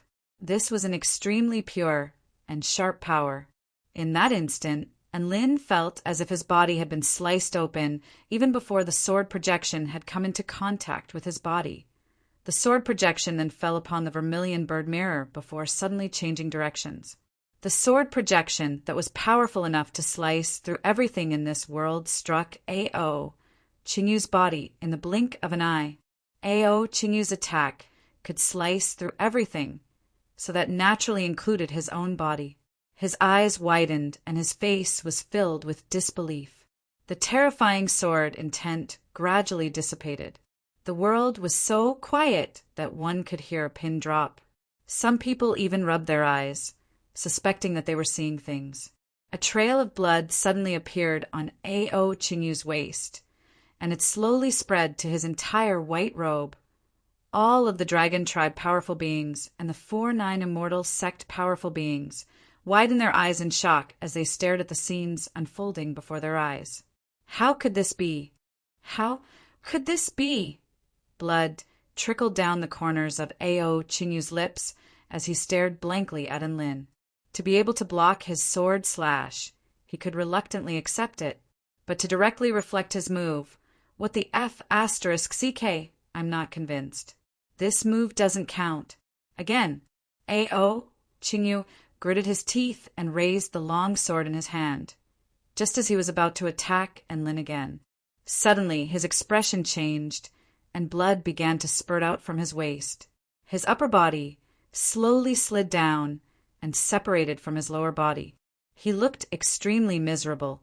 Yes, his body had been sliced into two by his own sword light. "Brother!" Ao Mingyu yelled as he charged toward the man without any regard for his own safety. "My son!" Ao Meng roared with grief and anguish. Ao Qingyu's body fell to the ground with a dazed expression, and his teeth chattered, as if he still couldn't accept the fact that he had been defeated by Enlin. Ao Mingyu rushed over to Ao Qingyu's side and reconnected the two halves of Ao Qingyu's body. He then pulled out an immortal pill and fed it to Ao Qingyu before unleashing a healing spell technique. It was all thanks to the insane life force of a return to void final stage mighty figure that Ao Qingyu was able to survive even though he had lost the ability to fight. Of course, whether or not he could survive depended on whether the 4-9 immortal sect was willing to let him go. All of the other Dragon Court powerful beings lost all of their battle intent upon seeing this, and some of them even began to tremble uncontrollably. Defeated, The most powerful being of our dragon court was defeated by Enlin. Furthermore, he was defeated by his own technique without being able to put up any resistance. This is way too terrifying. How could Enlin be so powerful? No, I don't believe this. How could our dragon court be crushed by a human like this? Impossible. I refuse to believe this. Some of the dragon tribe powerful beings were unwilling to accept this reality, and they were on the brink of mental breakdown.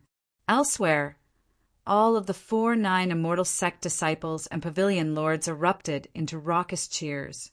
Tina heaved a light sigh of relief, and the golden light around her hands slowly disappeared as a vibrant smile appeared on her face.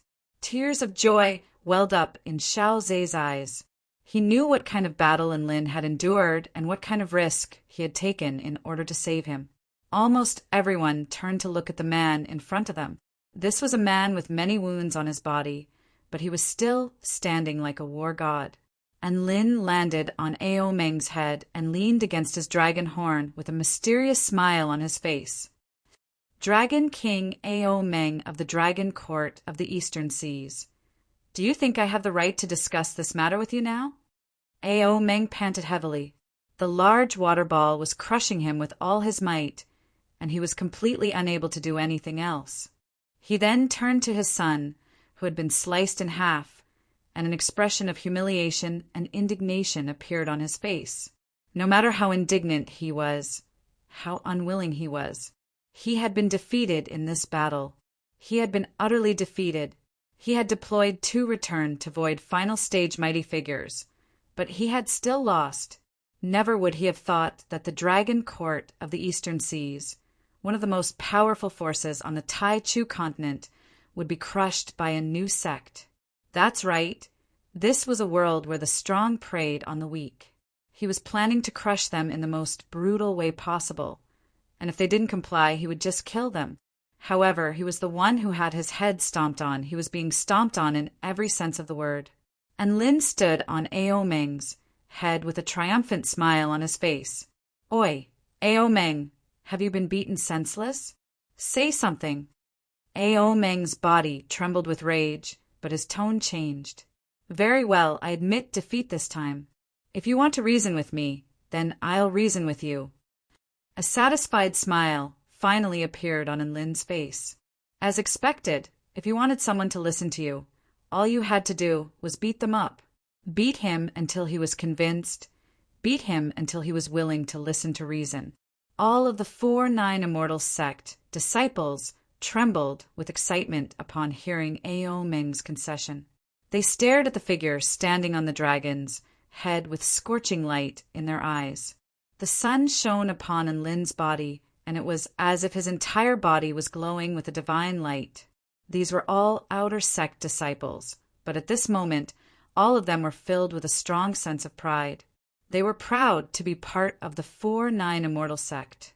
In the face of the Dragon Court, which was extremely powerful and intimidating, Enlin stepped forward and defeated 2 return to void final stage mighty figures in a row. This was their sect leader. This was the sect leader who had crushed the entire Dragon Court to the point where they couldn't even raise their heads. Chapter 984. Enlin didn't want to go too far now that Ao Meng had admitted defeat. At the very least, he wasn't going to step on the Dragon King's head anymore.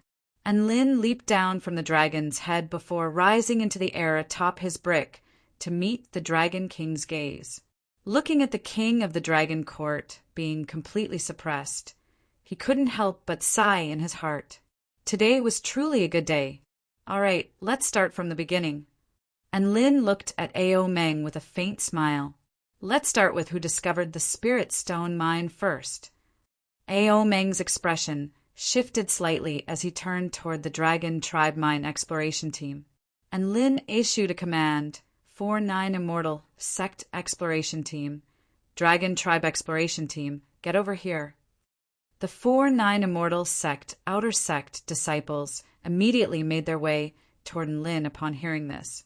The Dragon Tribe cultivators were a little reluctant, but they still obediently made their way over to Enlin's side in the face of Enlin's tyrannical might. Tell me, Who discovered this mine first? The 4-9 Immortal sect member goes first. And Lin spoke with a serious expression. Of course, we discovered it first. A female disciple stood up. Her eyes were red, and it was obvious that she had cried once before. She said loudly, "After we discovered the mine, we immediately reported it to the sect. Then, we searched the nearby area for reserves. However, during this process, we were discovered by a Flying Ball tribe hunter. We didn't pay much attention to it at the time, but not long after that, the Dragon Tribe exploration team arrived and shamelessly announced that they were the ones who discovered the mine first. It was most likely that Flying Ball tribe hunter who leaked the information to the Dragon Tribe exploration team. The female disciple was quite enraged as she glowered at the Dragon Tribe cultivators. What happened to that hunter? And Lin asked.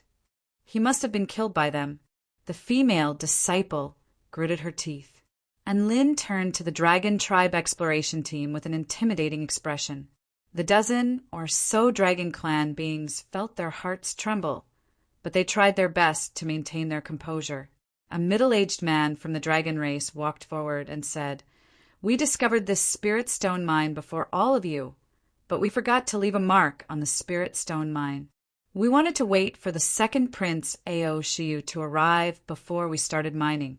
I didn't expect that the second prince would be killed by your Xiaoza the moment he got here. Whoa! As for the Flying Ball tribe hunters that you're talking about, you have to have evidence to back up your accusations." The man's eyes reddened as he spoke, and tears began to well up in the corners of his eyes, giving him a look of rage and indignation. And Lin nodded. "You're right, you need evidence for everything. Then you said that you came to the mine first. Where's the proof?" The Dragon Tribe man was taken aback. He did not expect that Lin would directly bypass the topic of the hunter. He glanced at the mineral vein not far away and said in an aggrieved tone, "We forgot to leave a mark before. When we came here again, we wanted to leave a mark, but we were stopped by your people." They had initially planned to say that the words of the Dragon Court of the Eastern Seas were evidence, but they clearly couldn't say that now. Otherwise, they would be slapped to death, and Lin turned toward the disciples of his sect. "Do we have evidence to prove that the Spirit Stone mine belongs to us?" The female disciple nodded. "We left marks on many parts of the mine." She made a hand seal as she spoke, and a white light suddenly flashed from a few spots on the Green Mountain over a kilometer away, thereby forming the 4-9 Immortal Sect's mark. And Lin turned toward Ao Meng and the other Dragon Tribe cultivators with a smile. "What I'm trying to say is that you need evidence for everything, right? That's what you said before. The current situation is that the 4-9 Immortal Sect has evidence to prove that they came here first, but you don't. The 4-9 Immortal Sect has evidence to prove that they came here first, but you don't. The mine belongs to the 4-9 Immortal Sect. Do you have any objections? *T if you don't have proof." And Lin roared before he even had a chance to finish his sentence. All of the Dragon Tribe cultivators shuddered in fear upon hearing this, and none of them dared to utter another word. They had thought that they would be able to erase the 4-9 Immortal Sect's mark with ease and replace it with theirs. Who would have thought that things would turn out like this? All of the Dragon Tribe cultivators turned to Ao Meng for help. And Lin also turned to Ao Meng with a smile. "Dragon Court Master Ao Meng, do you have any objections to the ownership of the mine?" Ao Meng's eyes burned with rage, but he could only squeeze out a few words after a few seconds. "No objections, but my son." "Let's take things one step at a time," and Lin interjected. He turned to Tina. "Did you record the entire process?" Tina made an okay hand gesture, clearly indicating that she was recording the entire process. Ao Meng's lips twitched. The Dragon Court clearly couldn't bully the weak, so they had no choice but to admit to the matter. However, the next thing was that the 4-9 Immortal Sect was definitely in the wrong. "Very good. The Dragon King of the East Sea has also admitted that the Spirit Stone mine belongs to the 4-9 Immortal Sect. And Lin looked at Ao Meng before speaking again. Then, why did the dragon court send people here? The surrounding atmosphere suddenly became quiet, and Lin's eyes turned cold as he revealed his true intentions. It's very easy to deduce that you're trying to take the spirit stone mine by force while the main forces of our sect are away. According to the rules of the cultivation world, anyone who tries to take someone else's property by force will be beaten to death. In fact, it could even be said that they deserved it. And Lin's powerful voice reverberated throughout heaven and earth. All of the dragon tribe powerful beings' eyes widened as they stared blankly at Lin. Even though they knew that the situation was developing in a direction that wasn't in their favor, they knew that they probably wouldn't be able to capture Xiao Zhe. Perhaps the 4-9 Immortal Sect would compensate them with something, and the Dragon King would let them off the hook. However, never would they have thought that Lin would say that the Dragon King's second prince deserved it. Be *starred. That's my second brother. He's the second prince of the Dragon King. How dare you say that? Ao Mingyu glowered at Lin with unquenchable rage, and his fists clenched as his aura erupted forth. That's my son. You killed my son, and not only are you not apologizing, you're saying that he deserved it? Ao Meng's voice was also filled with hatred as he glowered at Lin. And Lin clasped his hands behind his back and looked at Ao Meng with a tranquil expression. The 4-9 Immortal Sect's motto is equality. What is equality? It's about reason. Only by setting aside all social classes and reasoning can we achieve equality. Your dragon court came to our 4-9 Immortal Sect to steal our sect's property first. If that's the case, then the 4-9 Immortal Sect would be justified in killing all of you, let alone killing your son by accident. Even the 4-9 Immortal Sect disciples' eyes widened as they stared at the peerlessly domineering man standing on the black brick. And Lin really dared to say such things. Ao Qingyu had just recovered from his injuries, and his blood churned as he threw up another mouthful of blood upon hearing this. Ao Meng's entire body trembled with rage, and he wanted nothing more than to crush the man's head in his hands. And Lin looked at Ao Meng expressionlessly. If the 4-9 Immortal Sect had been a bit weaker, then perhaps the Dragon Court would have completely annihilated them. The Dragon Court was already being so ruthless, so why would the 4-9 Immortal Sect hold back? They had already fought, and they had won. So why should they bow down and compromise? That wasn't in Lin's style. An extremely powerful force could twist the truth and rob weaker forces of their resources. However, the 4-9 Immortal Sect was not weak. In fact, they were even more powerful than the Dragon Court. And Lin, have you thought about the consequences of your words? Ao Meng spoke in a cold voice. Are you threatening me? And Lin silently drew his evil-slaying sword, and the inky black blade of the sword seemed to be able to engulf the sun. Consequences. I've even thought about the consequences of executing all of you on the spot. A faint smile appeared on his face as he looked at Ao Meng. The spirit stone mine is ours, but you're here to steal from me. What do you think the Celestial Court would do if I killed all of you here? And Lin, don't you dare! Ao Mingyu roared with rage. Boom! In that instant, a sense of impending doom engulfed Ao Meng's entire body. His killing intent was so potent that even the space around him had become viscous, and Lin was like a god of slaughter as he slowly approached Ao Meng. Ao Meng's body trembled.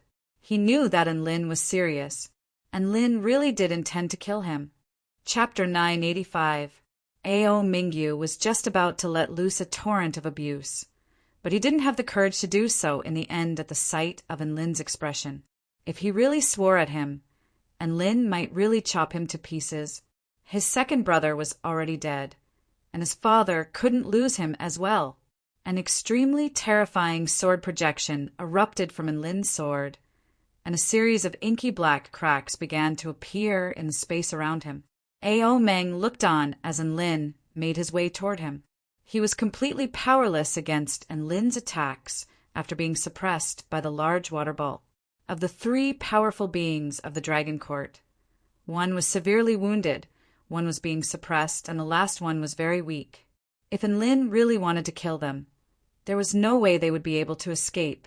Would Enlin choose to yield or concede just because he was wary of the Dragon Court? In the past, Ao Meng felt that Enlin would do something like that. But now, he couldn't make up his mind. What if Enlin was a lunatic? Killing all of the powerful beings of the Dragon Court might result in very severe consequences. But what if Enlin really was a lunatic and wanted to kill all of them for a quick and satisfying death?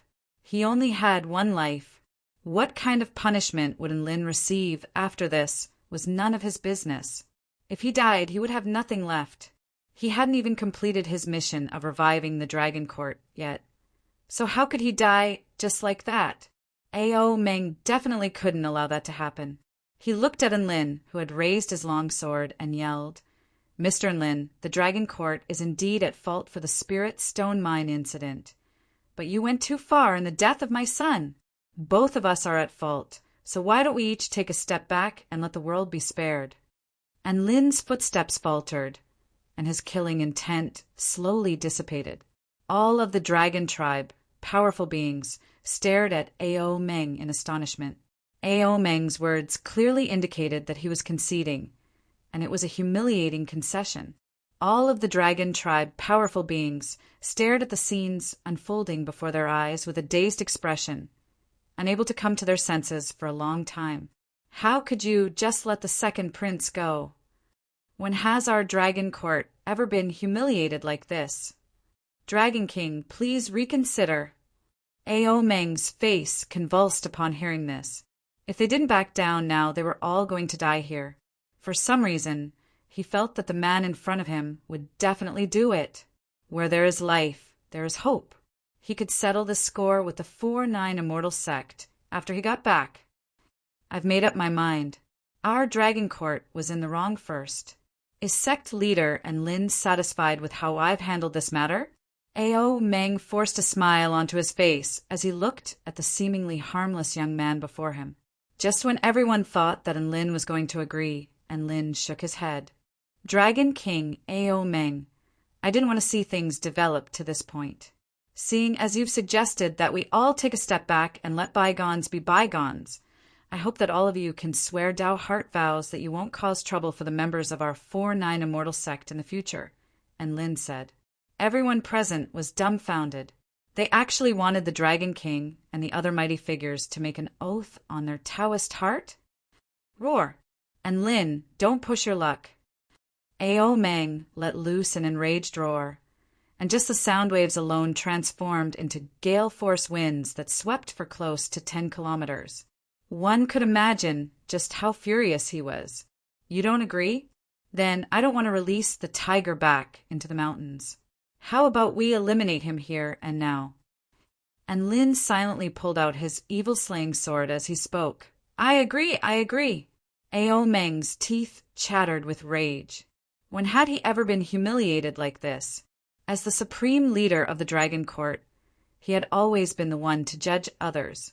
When had he ever had to listen to someone else's judgment? But now, Ao Meng felt like he was in a nightmare. However, he had to endure this for the sake of the Dragon Court. Ao Meng immediately swore a Dao heart vow that he wouldn't cause trouble for the 4-9 Immortal Sect in the future. When the rest of the Dragon Clan saw that their leader had already sworn an oath, they didn't feel any burden in their hearts and followed suit. However, the most powerful being of the Dragon Court, Ao Qingyu, refused to bow his head. He stared at Enlin with a stubborn expression. Kill me. I, Ao Qingyu, will never bow my head to you, even if I have to die and have my tendons pulled out and my bones pulled out. Enlin turned to Ao Qingyu with a hint of surprise on his face, clearly not expecting him to be such a tough nut to crack. You'd better not let me go. Otherwise, I'll definitely find you again and avenge my brother. Ao Qingyu threatened in a cold voice. You're right. Enlin nodded in agreement with Ao Qingyu's words. He silently pulled out his sword before making his way toward Ao Qingyu. Ao Qingyu. And Lin, what do you want to do to my brother? If you hurt our dragon tribe again, you won't be able to bear the consequences. Ao Mingyu immediately positioned himself in front of Ao Qingyu with an enraged expression. Piss off! And Lin instantly appeared before Ao Mingyu and kicked him flying. Ao Mingyu let loose a wail of anguish as his body quickly flew back.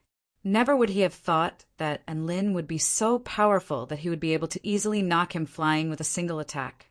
The inky black, evil-slaying sword was pressed against Ao Qingyu's neck in the next instant, and Lin could end Ao Qingyu's life with a single thought. You only have to say, "Kill me," one more time, and I'll fulfill your wish. And Lin held the evil-slaying sword in his hand as he spoke in an extremely cold voice. Ao Mingyu's expression shifted drastically upon seeing this, and he spoke in a panicked voice. Brother, your life is at stake. Let's give in just this once. Ao Meng was also burning with anxiety. My son, you can't do that. You are the future of our dragon court and bear the heavy responsibility of reviving the dragon court. You can't lose your life here. All of the other dragon tribe cultivators also chimed in. Fifth Prince, the dragon court can't do without you. A man knows when to yield. That's not embarrassing at all. Fifth Prince, please take a step back for the sake of the dragon court's future. No, I, Ao Qingyu, have never bowed to anyone in my life. Ao Qingyu spoke in an extremely determined voice. The pleading and persuasion continued, and Lin couldn't be bothered to waste any more time, and his evil-slaying sword began to slice toward the man's neck. Ao Qingyu's voice suddenly sounded. However, for the sake of the dragon court's future, I am willing to sacrifice my most precious dignity. That's right. I am willing to give up everything in exchange for the dragon court's future. He suddenly made a vow with tears streaming down his face. All of the dragon tribe cultivators were touched by this, and tears also began to flow from their eyes. And Lin, Wah, the fifth prince, is too noble. He has never bowed to anyone before, but he is willing to live for the dragon court this time. There is a way to live that is even more painful than death. The fifth prince is such a proud man, but he is willing to do something like this for the dragon court.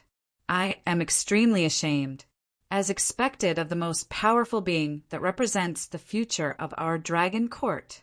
Ao Qingyu's vow was completed amid a flurry of praise and tears. He looked at Lin and raised his chin as arrogant as a swan. His eyes were filled with despair, as if he had done something that was more painful than death. And Lin, is this enough for me? He asked with a righteous expression, as if he were about to sacrifice himself for the sake of the world. And Lin, what else could Lin say?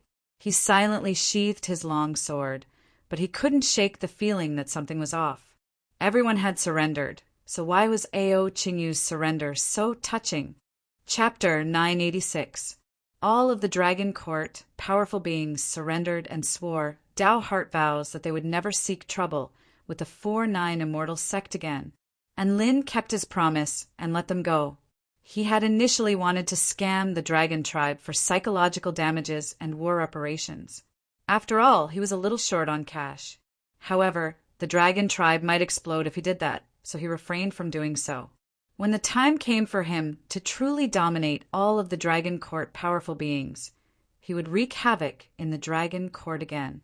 Things would definitely be very interesting when that time came, and Lin didn't have to worry about any retaliation from the dragon court powerful beings. If they dared to violate their Dao heart vows, their Dao foundations would crumble, and they would lose all of their cultivation bases. Rise!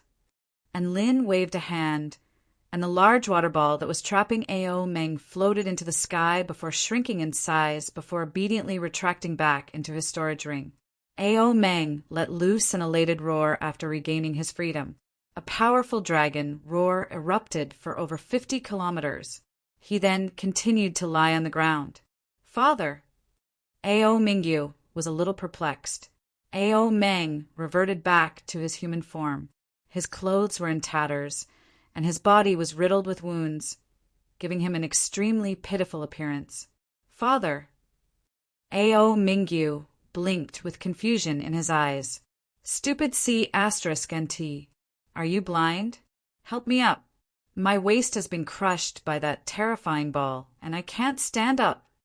Ao Meng transmitted his voice with rage. Ao Mingyu came to his senses and hurriedly helped Ao Meng up. Ao Meng turned to Enlin with a dignified expression. "Don't think that's the end of this matter. You're going to regret everything you've done today." And Lin waved a hand with a smile. "Have a safe journey, Dragon King Ao Meng." He had seen many people like this who ran away with their tails between their legs, then threw out threats to get back at them. As such, he didn't feel like there was anything to be concerned about.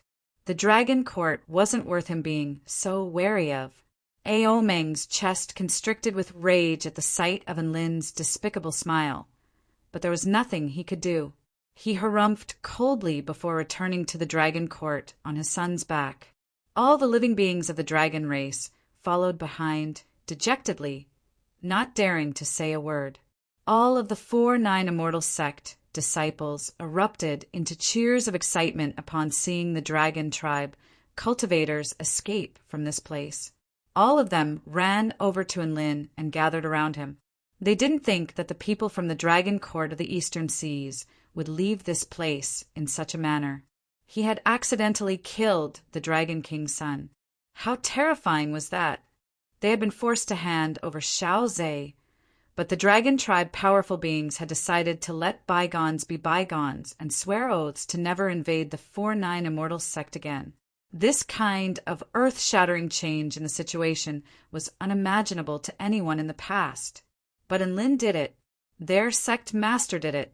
And Lin looked at Tina and asked, "Have you recorded everything?" "There's no problem, Giant Enlin. Please take a look." Tina handed the photographic crystal to Enlin with a wide grin before adding, "Giant Enlin's performance just then was so badass." "Of course. Who do you think I am?" A smug smile appeared on Enlin's face. "Master. Thank you." Xiao Zhe made his way toward Enlin with tears streaming down his face. "Why are you being so polite? I'm your master." A warm smile appeared on Enlin's face as he patted Xiao Zhe's head. Xiao Zhe spread open his arms and gave Enlin a tight hug. "Wah. Thank you so much, master. Thank you for fighting for me. I thought I was going to be taken away by the Dragon Court."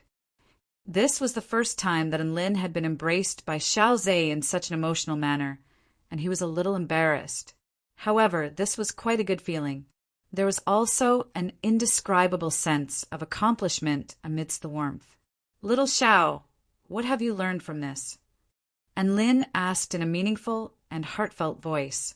"Don't sigh about the coldness of this world, but where is true love?" Xiao Zhe asked hesitantly. After all, his master's image in his heart was becoming more and more lofty. And Lin's lips twitched slightly as he replied with a serious expression, "That's not the point. Or rather, that's not the point." "Then what is the point?" Xiao Zhe turned to Enlin with a perplexed expression. Enlin looked at Xiao Zhe before enunciating each word clearly. "The point is power." "Power," Xiao Zhe murmured. "That's right. Why would the Dragon Court make such a huge concession? It's all because they can't defeat us. Think about it. What would happen to us if we couldn't defeat the Dragon Court? Being treated as a slave is already a light punishment for you. In the worst-case scenario, we could all die here. That's the death of our son. Even if Ao Meng really did do that, the Celestial Court most likely wouldn't be able to severely punish them. In this world, the weak have no right to speak. If you want to reason with others, you have to see if they're willing to reason with you. At times like this, your fists are everything. Only by becoming more powerful than your opponents will you be able to avoid being bullied." And Lin's words reverberated in Xiao Zhe's mind, and he fell into deep thought. That's right. This world appeared to be civilized and orderly, but it was still a world where power spoke. What if this mine had been discovered by the Celestial Quartz search team? The Dragon Quartz search team probably wouldn't even have the courage to show up here, let alone the conflict that would ensue. At the end of the day, the root of all of this was still weakness. Xiao Zhe suddenly raised his head with a determined expression. Master, I'll definitely work hard to break through to the return to void final stage. I won't allow anyone to look down on our 4-9 immortal sect. A gratified smile appeared on Lin's face. This was a promising young man. Lu Qianhuan also made her way over, and her purple eyes lit up as she praised. And Lin, your power and presence have really improved recently. Even I'm starting to see you in a different light. That's only natural. And Lin's expression remained calm, but he was unable to conceal the smugness on his face. Lu Qianhuan pursed her lips and pointed toward a mountain range in the distance. Do you want to go and have a look? Of course. This is an extremely valuable asset to our sect, and it's the first spirit stone mine we've ever discovered. We have to take a good look at it, and Lin replied with a smile. I thought you were going to run back after the fight. Lu Qianhuan chuckled softly, and her eyes glowed with renewed vigor. Thus, the two of them led the group of 4-9 immortal sect disciples toward the spirit stone mine. This mine was extremely massive and spanned over a dozen mountains. However, it was a little difficult to mine as a large portion of the mine was formed in the middle of the mountain, which made it very easy for it to be damaged. As such, there was a very high requirement for the method and accuracy of mining. Thankfully, Tina was an expert in this area, and she quickly came up with an effective mining plan.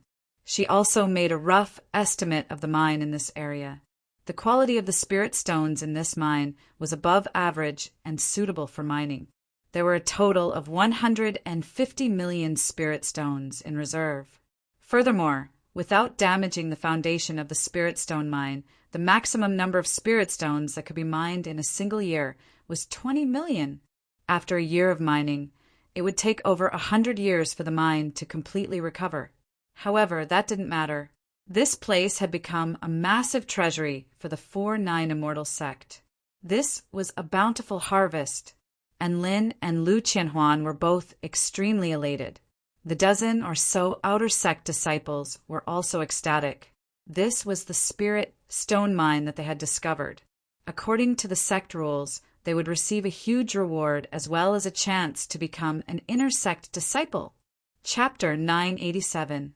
After a short while, everyone set up camp on the spot. Not long after that, a round, silvery white aircraft flew over from the distance before landing on the high ground where everyone was situated. The cabin door opened, and many purple-robed cultivators emerged from within. They were led by a tall and slender beauty with a cold expression on her face. And Lin, I didn't think you'd be able to take care of such a big issue. The woman made her way over to him with approval in her eyes, and Lin harumphed with displeasure. Big Sister Bai, our sect is on the brink of destruction, but you're working on technology? Aren't you ashamed? That's right. The person who had just appeared was none other than the most powerful being in the 4-9 immortal sect, Bai Ling. Behind her were naturally the people from the Purple Star Pavilion. I was just relieved when I heard that you were rushing over. It looks like I was right. Ao Meng and Ao Qingyu were both crushed by you. That's impressive. For some reason, Bai Ling was in a particularly good mood after seeing how bad Sesson Lin was. She was also becoming more talkative, and Lin pursed his lips and didn't say anything. He turned to the strange round objects that the purple-robed cultivators were carrying. What are these? The Defu Micro-Hadron Life Destruction Formation is a defensive formation that I'm planning to set up in this mountain range. It's powerful enough to even kill return to void initial stage mighty figures. On top of that, it has warning, notification, and the ability to adjust the climate and vital energy, Bai Ling explained. And Lin gave her a thumbs up. That's great.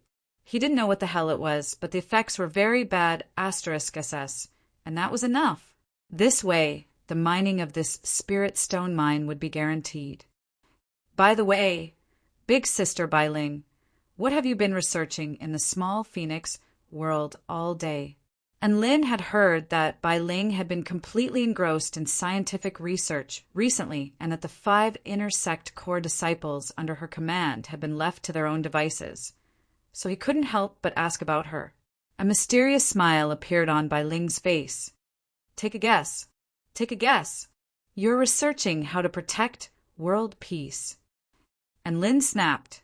Bai Ling covered her mouth and heaved a faint sigh. You're right. And Lin rolled his eyes and said, What about those inner court disciples? You're not going to teach them anymore? He began to sympathize with the 5 little fellows. It wasn't easy for him to stand out among thousands of soldiers and horses, and he thought that he could walk to the peak of his life. Who knew that his master would be so engrossed in research that he couldn't be bothered to teach? What a despairing thing. Teach. I've already given them all the teaching materials, Bai Ling replied with a nonchalant expression. Teaching material? And Lin was surprised. What a strange, yet familiar term. Bai Ling nodded. That's right. I'll have them learn Purple Star Grand Unification Mathematics, Introduction to Microphysics of the Universe, Superstring Theory, Vital Energy Melder Modeling. She recited 18 books in one go. And Lin's eyes widened as he sucked in a breath of cold air. He recalled the fear of being dominated by the teaching materials. Does the Purple Star Pavilion teach these things? Bai Ling replied with a matter-of-fact expression, Of course.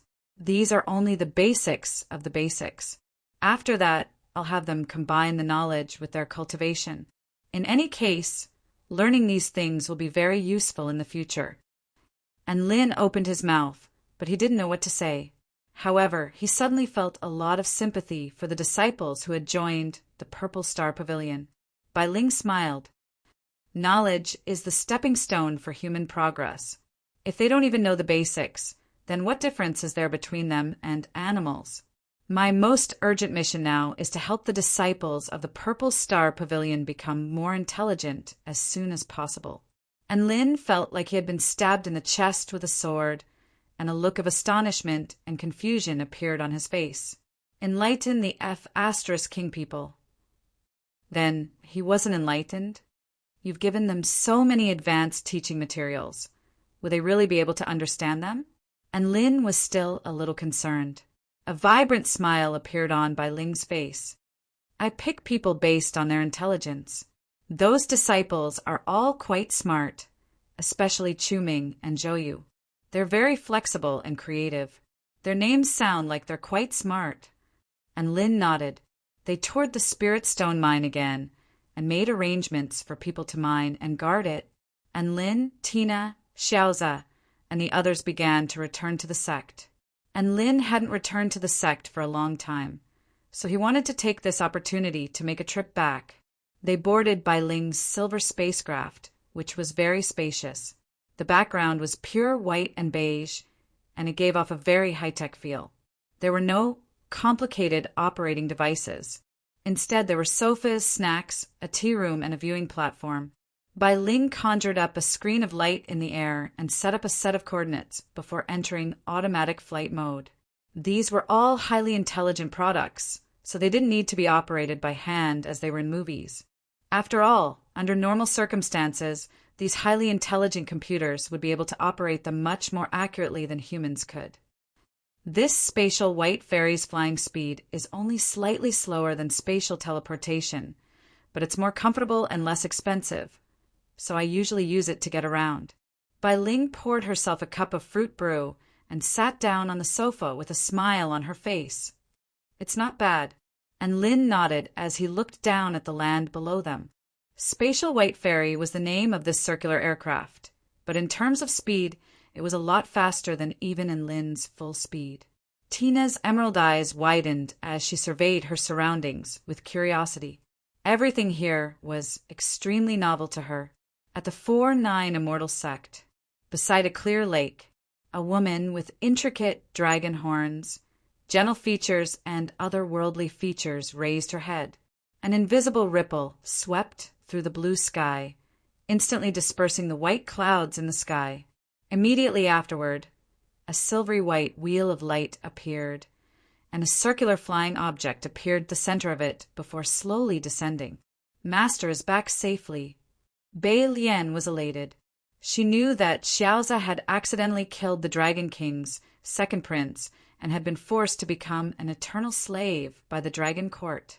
She had been scared *** at the time, and she had wanted to rush over to save Xiaoza with all her might. She was Ao Meng's daughter after all, and she had been abandoned due to her bloodline. Now that her bloodline had returned to its peak, her potential was limitless. Perhaps if she agreed to return to the Dragon Court, they would let Xiaoza go. However, she was stopped by Bai Ling, who told her that Enlin would take care of this matter. Bai Lian was unable to go to the Flying Ball tribe's territory, and her heart was burning with anxiety. Enlin was facing the entire Dragon Court, so how could she not be worried? However, news of Enlin turning the tables and crushing all of the Dragon Court's powerful beings spread, and Bai Lian felt as if she had fallen into a dream. So, Enlin had already grown to this extent? Bai Lian was a little dazed. She was a little happy, but also a little sad. In the past, they had fought side by side against enemies, but now, Enlin had already reached the pinnacle, and even her father was no match for him. At this moment, the aircraft's hatch opened. "Master!" she yelled before running over happily to welcome Xiaoza, only to be greeted by an unexpected figure. Bai Lian faltered slightly before her eyes lit up. "Enlin, you're back too." Enlin was a little angry. "Call me Grandmaster." Bai Lian. Chapter 988. Bai Lian drew a sharp intake of breath as she glowered at Enlin. Although it was true that her master's master was her grandmaster, she was still unable to accept Enlin as her grandmaster. This sudden change in status dealt a heavy blow to her fragile heart. Enlin immediately explained upon seeing Bai Lian's furious expression. "I'm just joking. Please don't take it to heart, Dragon Princess." Bai Lian pursed her lips and cupped her fists in salute. "Welcome back to the sect, Enlin. There are no outsiders here, so there's no need to be so polite." Enlin patted Bai Lian's shoulder. Bai Lian blushed. "There are no outsiders here? Does that mean he doesn't treat me as an outsider anymore?" "Oh, that's right, Dragon Princess. I gave your father and your fifth brother a good beating. You don't mind, do you? Good job. Who told them to bully Master like that?" Bai Lian replied without hesitation. Xiaoza was very touched upon hearing this. "Then you wouldn't mind if I accidentally killed your brother, right? Bai Lian. Enlin, do I have to pretend to cry in grief before forgiving you?" Bai Lian's eyes blinked as a thoughtful expression appeared on her face. Just tell me the truth," Xiaoza said with difficulty. "To be honest, I was a little sad, but it's all in the past, so I don't feel anything special now," Bai Lian replied truthfully. Xiaoza heaved a sigh of relief. He was truly afraid that this incident would affect their relationship as master and disciple. Enlin looked at Bai Lian speechlessly. This girl was completely siding with an outsider now. "Ever since I was abandoned by my father like a tool, due to my bloodline, and was forced to marry the commander, my feelings toward the Dragon Court have come to an end. As long as you don't hurt Princess Inu, I don't care," Bai Lian continued. And Lin knew about this.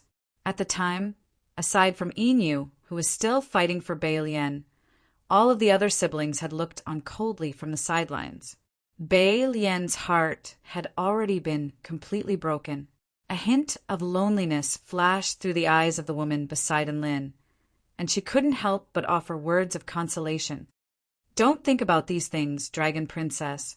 The 4-9 Immortal Sect will always be your home." Bai Lian couldn't help but glance at the man beside her. She saw the warm and carefree smile on his face before silently averting her gaze elsewhere, and a certain chord in her heart was tugged at.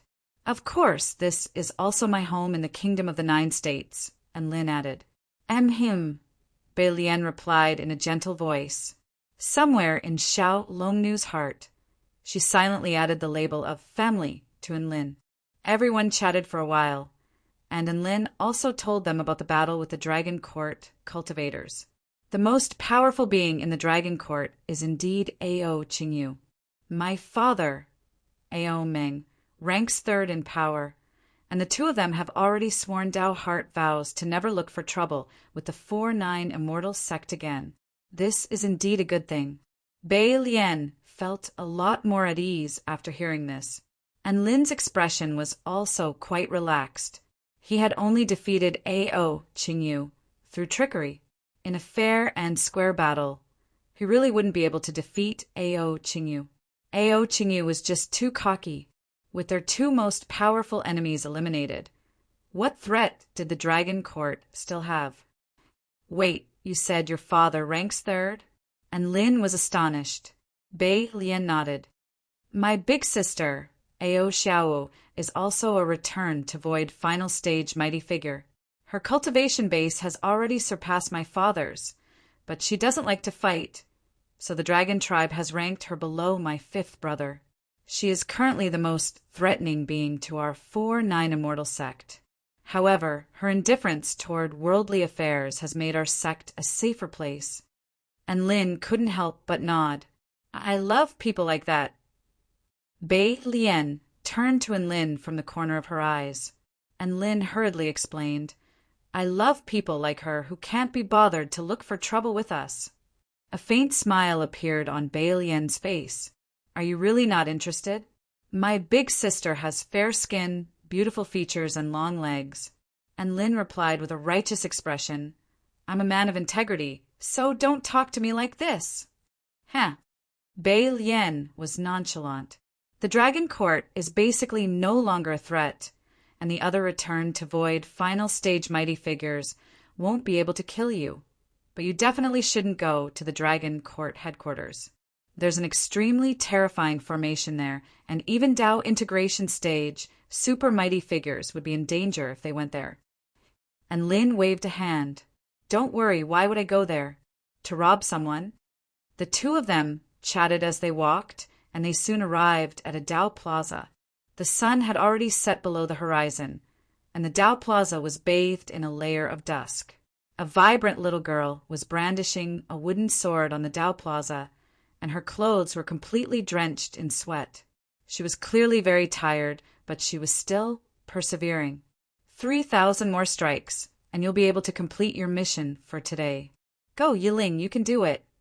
The little girl was silently encouraging herself as she swung the sword in her hand with complete focus. She didn't even notice that someone had arrived beside her. Little Ling, your sword-swinging posture is still too deliberate. A warm and familiar voice suddenly sounded. The little girl's movements faltered, and she turned to look beside her with a confused expression. Her bright eyes were wide open, and there were beads of sweat on her delicate little face. Soon, the confusion in her eyes gradually became clear, and a joyful smile appeared on her face. Master! The little girl threw her arms around the man before her with excitement, and Lin picked the little girl up with an elated expression. Her body was still as light as before, but it didn't look as soft as before. In fact, it had become a lot more sturdy. He pulled out a handkerchief and wiped the sweat from the little girl's face. Little Ling is doing really well. You've already reached the second stage Dao body. Master has taught me well. Yi Ling chuckled happily. She stared at the man before her with her big, bright eyes, as if she couldn't get enough of him. Come, I'll teach you how to use the sword. And Lin placed the little girl back onto the ground. He gently held onto Yi Ling's little hand and guided her step by step. You can't hold the sword too tightly. You have to use some finesse, like this. See, don't you feel like you're achieving the same result with less effort? Yes, Master is so awesome. Master and disciple wielded the wooden swords in their hands with an earnest expression under the light of the setting sun. Again and again, he repeated the simple action tirelessly. Bei Lian stood silently off to the side, and a warm feeling suddenly welled up in her heart as she looked on. Soon night fell, and Lin saw that Yi Ling was also quite tired, and he dragged her along to the cafeteria to eat. "Master, I heard you chased away all of the bad guys from the Dragon Court." "That's right. I crushed the Dragon King of the East Sea with a single ball toss. I didn't even have to do anything to kill the number one powerful being of the Dragon Court, Ao Qingyu." "That's so impressive." Yi Ling's eyes glowed with admiration. In her heart, her master was an invincible and indomitable hero. This was something that had been ingrained into her mind ever since they first met. And Lin was ecstatic to see the reverent expression on Yi Ling's face. As expected, taking an adorable lowly as a disciple was the best. At the very least, he knew everything that Yi Ling asked. In contrast, Xiaozi wouldn't teach her anything no matter what she asked. Chapter 989. Xiao, Zhe, Tina, Shuizhantian, Xiao Chou, Bai Ling, Lu Qianhuan, the white-scaled wolf god, and Bryce all gathered in the conference room. "Bai Ling, you'll be responsible for rewarding the 17 Outer Sect disciples who discovered the Spirit Stone Mine. If there are any suitable seedlings, you can make them Inner Sect disciples," and Lin instructed. Everyone, F***CK off. It was quite clear that this was an extremely fearsome hidden force. "We're willing to do anything for the sect." And Lin corrected, and Lin had nothing to say. Bai Ling's brows perked up slightly. "What's the point of cultivating if you can't even study well? Knowledge is power. I'll prove this to you in the near future." Bryce's moan reverberated throughout the entire conference room. Speaking of which, both of his disciples seemed to be quite aggressive. Lu Qianhuan glared at Lin with a displeased expression. "If you want to do weird things to the tree people, can you please do it when there's no one else around?" Everyone looked on expressionlessly at the tree people who had reached their climax. Ah, so fragrant. Yi Ling's aptitude was indeed very good. She had only cultivated for 3 months, yet she had already reached the 2nd stage Tao body and was very close to reaching the 3rd stage Tao body. As long as she wasn't struggling to make ends meet, he was quite satisfied. "Now, let's welcome the pavilion leader of the Spirit Pavilion and the head of the Divine Mirror Executive Department, Tina, to speak." And Lin. Whenever he wasn't here, Xiao Zhe was in charge of Yi Ling's daily training. He felt like an old man who was about to retire. Gasp. Everyone's heart began to beat faster upon hearing this. "As expected, all of you can go die." He didn't think too much about it and quickly began to think about what to give this adorable disciple of his. Yi Ling held the fruit in her arms as if it were a precious treasure. "Don't worry, Master. I'll only eat one every week, and I'll definitely listen to you. By the way, when are the Blood Pavilion recruiting?" "Bryce has been a lone general for a long time," Bai Ling asked. A vibrant smile appeared on Lin's face. He didn't expect Bryce to have such a drastic reaction. A weary expression appeared on Bryce's face. "If possible, I want to be a plant. All the core disciples in the sect are cultivating in an orderly manner. The one with the highest rank is Bai Lian, who has only recently broken through to the soul formation final stage.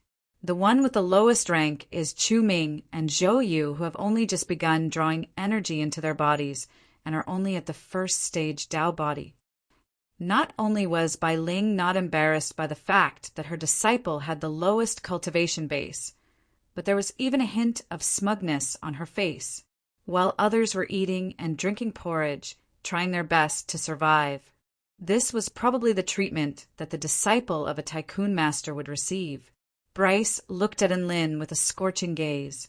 "I'll go through fire and water for the sect master.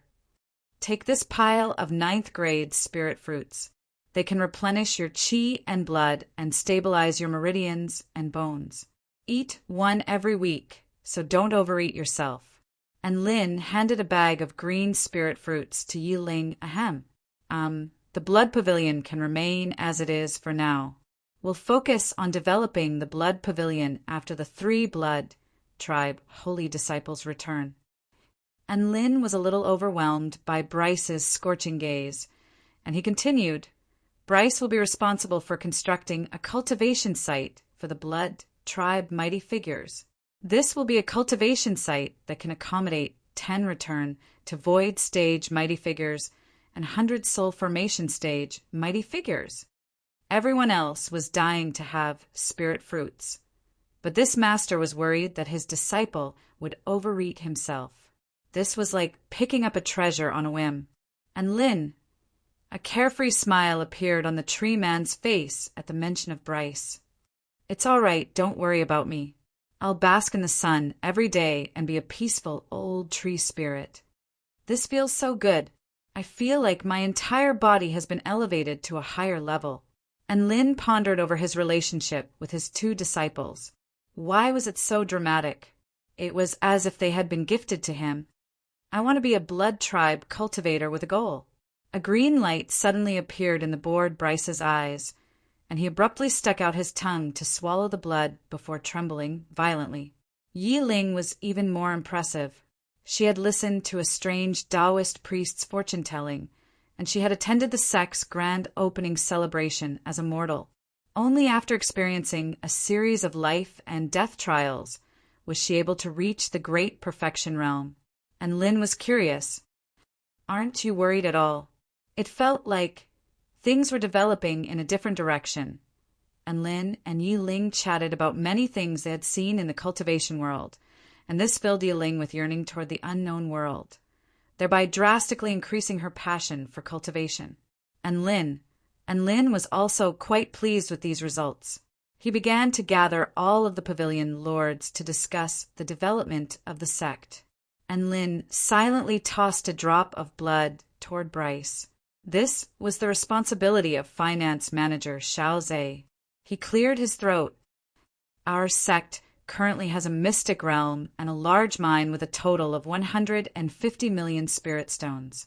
There are 50 million spirit stones in circulation, which are mainly used for daily sect operations, cultivation resources, expansion, treasure hunting, and so on. And Lynn couldn't help but stroke Yi Ling's little head at the sight of her obedient expression. Xiao Zhe was a primordial dragon tribe, mighty figure at the pinnacle of the return to void intermediate stage, so he was more than enough to be Yi Ling's teacher. And Lin wasn't in a hurry to have Yi Ling follow him around every day. And Lin cleared his throat. Let's take stock of the sect's assets first. I'll do anything for the sect, Bryce yelled before turning to Lin with a scorching light in his eyes. And Lin chatted about some daily life and cultivation matters before allowing his disciple to rest. A sharp expression appeared on Lin's face as he looked at everyone. Now, I have an extremely important announcement to make, which is that the Divine Mirror Enforcement Department will officially enter the trial phase. Xiao Zhe made a very good summary during the meeting. After that, it was time for Bai Ling, the big sister in charge of human resources and education, to speak. Don't worry, I love arranging trials. A warm smile appeared on Bai Ling's face, but everyone's hearts jolted upon hearing this. Yi Ling, why don't you eat spirit fruits? Xiao Zhe had silently given his entire family's fortune to him before shamelessly begging him to become his disciple. Yes, sect leader, Bryce was extremely enthusiastic and elated. After all, a second-stage Tao body cultivator shouldn't ingest fruits that were too rich in energy. But you're not a plant. You're a blood tribe cultivator, and Lin cautioned. Anyone who heard this conversation would definitely be moved to the point of tears flowing down their faces. They would be gazing at him with eyes full of affection and even chloroplasts flowing from the corners of their lips. Why was he so passive and aloof from worldly affairs? No, the 4-9 Immortal sect couldn't tolerate such a lazy person. Over the past 3 months, his biggest gain was probably a large or vein. Other rewards included the spirit stones that Lin had received from the Celestial Court, as well as the spirit fruits and all types of rare materials that the other outer sect disciples had obtained. Chapter 990. Everyone turned to look at Tina with anticipation in their eyes. The Divine Mirror world was a world contained within Tina's eyes. From a certain perspective, this was a world that Tina had successfully fused with. She was the god of creation there, and she was the entire sky. This secret was only known to the few people that Lin trusted the most. All of the people present were people that he trusted the most, so they were naturally going to keep this a secret. The most powerful force in the 4-9 Immortal sect with the most potential was probably the Divine Mirror World. Tina cleared her throat. Our Divine Mirror World ambassador of the two realms, Wei Ji, has already announced the situation in this world to the Divine Mirror World. As of now, there are a total of 650 spirit nurturing stage living beings and 42 soul formation stage living beings are willing to come to this world for missions. Everyone couldn't help but let loose cries of surprise upon hearing this. This was already an extremely powerful force that could serve as the backbone of the 4-9 Immortal sect. A smile appeared on Lin's face. The god of creation, Tina's god of creation dimension, was extremely alluring to the living beings in that world. Do you want the high-rank cultivation methods and treasures in the god of creation dimension? Then come to the Tai Chu continent and fight. The merit points you earn will be used to fulfill your dreams. Even though this world was filled with unknown dangers, there were still many powerful beings who were eager to join it. A smile appeared on Bai Ling's face. Very good. With these powerful beings, we can really get to work. Even though there were many outer sect disciples, they were still lacking in terms of power. With these powerful beings, the overall strength of the 4-9 Immortal sect would truly be on par with the 9 Imperials of the Kingdom of the 9 States. How can we ensure the loyalty of these people? Lu Qianhuan asked. This was a very practical problem. There were all kinds of birds in a big forest, and the Divine Mirror World was no exception. No problem. After they enter the God of Creation dimension, I'll mark their bodies with a punishment seal. Confidentiality agreements and oaths are mandatory. If they do anything that goes against the 4-9 Immortal sect, I'll activate the seal. Tina handed a document to Bai Ling as she spoke. Big Sister Bai, this is how you calculate the merit points. You just have to follow the methods stated in this document when you assign them to missions. Bai Ling's expression darkened slightly. You want me to do this? Tina stuck out her little tongue before flying over to Lin's shoulder and tugging on Lin's hair in an affectionate manner. I'm going to stay by Giant Lin's side, aren't I? Bai Ling pursed her lips and didn't say anything. All right, little Na will go and prepare for this. And Lin made the final decision. After that, he made some decisions about other people's business. What was more concerning to Lin was that there was a small island that wanted to collaborate with the 4-9 Immortal sect. Spring Man. I feel like I've heard this name before, and Lin frowned and pondered. Suddenly, his eyes lit up, and he said decisively, accept this cooperation request. The aquatic products of the East Sea are also very precious resources. But, Sect Master, the Dragon Court has been eyeing that island for a long time. Xiaoza couldn't help but remind him, and Lin was infuriated. Don't forget who's the best right now. Does the Dragon Court dare to compete with us? Don't forget that Green Island has always been an inseparable part of the 4-9 Immortal sect. Xiaoza, no one had any objections, and they all accepted Lin's decision. A faint smile appeared on Lin's face. So it was the tomb guardian of the Winter Dragon Tomb, Springman. He had given Xiaolan a pill refinement inheritance, so he would do him a favor. The meeting went on for 4 hours. The next morning, everyone gathered at the largest Dao Plaza in the Immortal sect. They were all very nervous about Tina. In contrast, Tina was very calm and collected as she gnawed on a spirit fruit to replenish her energy. Her eyes shimmered with a white light that seemed to contain all things between heaven and earth, yet also seemed to contain nothingness and chaos. She clasped her hands together before separating them again, upon which a white halo of light suddenly appeared between her palms. Passageway between the two worlds, open. Spatial power fluctuations swept through the entire god's realm, enshrouding all of the living beings within. In the next instant, a few hundred figures appeared on the spacious dojo. They were all from different races, but all of them possessed extremely powerful auras. Lu Qianhuan and the white-scaled wolf god's mouths gaped open in astonishment as they stared at the scenes unfolding before them. Even though they were mentally prepared, they were still stunned by the scene. Not only were there humans here, but there were also Spirit Fish Clan, Heavenly Turtle Tribe, Dragon Tribe, Stone Tribe, Darkwing Tribe, Holy Martial Clan, Snake Spirit Clan, Vermilion Bird Tribe, True Demon Tribe. All of the most powerful tribes on the Taichu continent could be seen on this Dao Plaza. Is the Divine Mirror World this bad? *SS? How could there be so many different species of living beings here?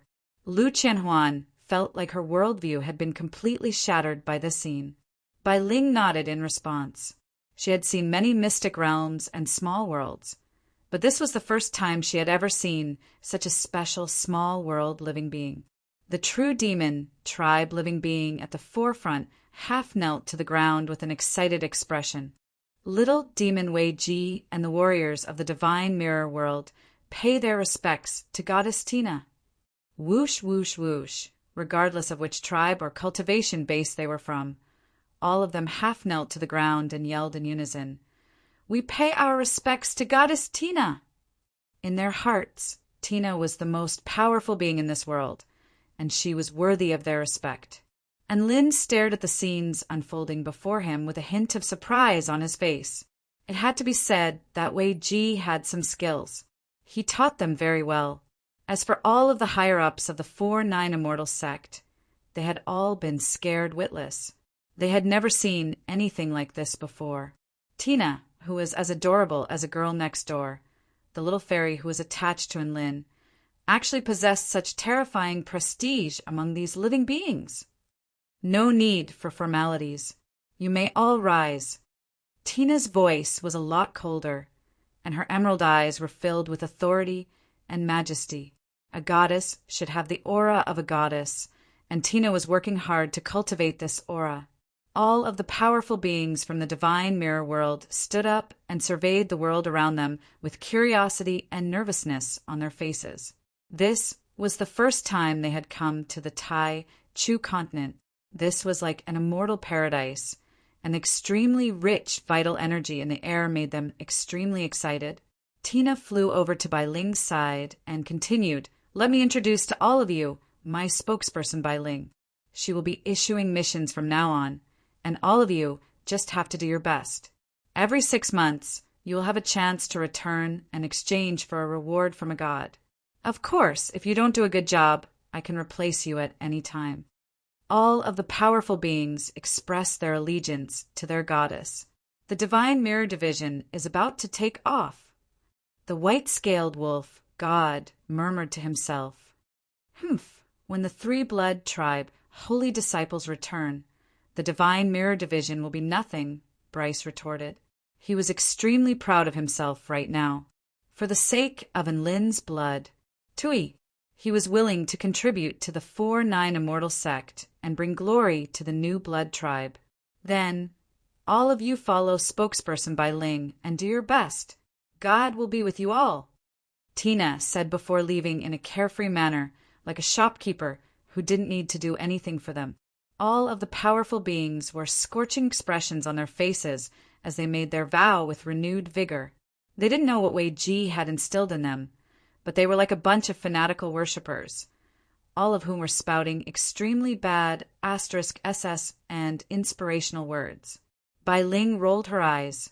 Even though Little Na had become a god of creation, she was still so lazy. Sigh, it's all because I'm so ambitious. I'm just a little tired. Bai Ling shot a glance at Enlin, and a warm smile appeared on her face. She didn't say anything else before making her way toward the Divine Mirror World powerful beings to make arrangements. Chapter 991. Let's go to the Divine Mirror World and take a look at the Void Spirit Tribe, Enlin said.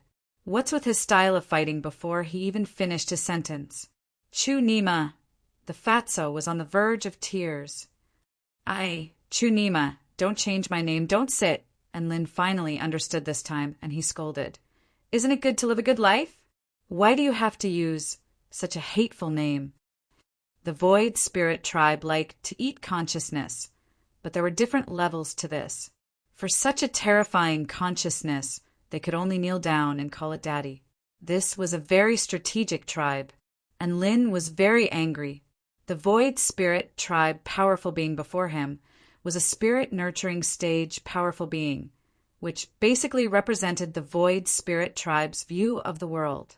Why do Void Spirit tribe powerful beings live in a place like this? And Lin's expression darkened. Don't worry, I'm not here to bully you. And Lin withdrew the power of his consciousness with a benevolent smile on his face. What's your name? An extremely terrifying might descended upon Lin, as if he were a god from the heavens. Senior, I, Chunima, would be more than happy to accept an interview. It would be my honor. Chunima spoke with an extremely earnest and elated expression, and Lin silently released his consciousness. And Lin thought about it for a moment, and it did make sense.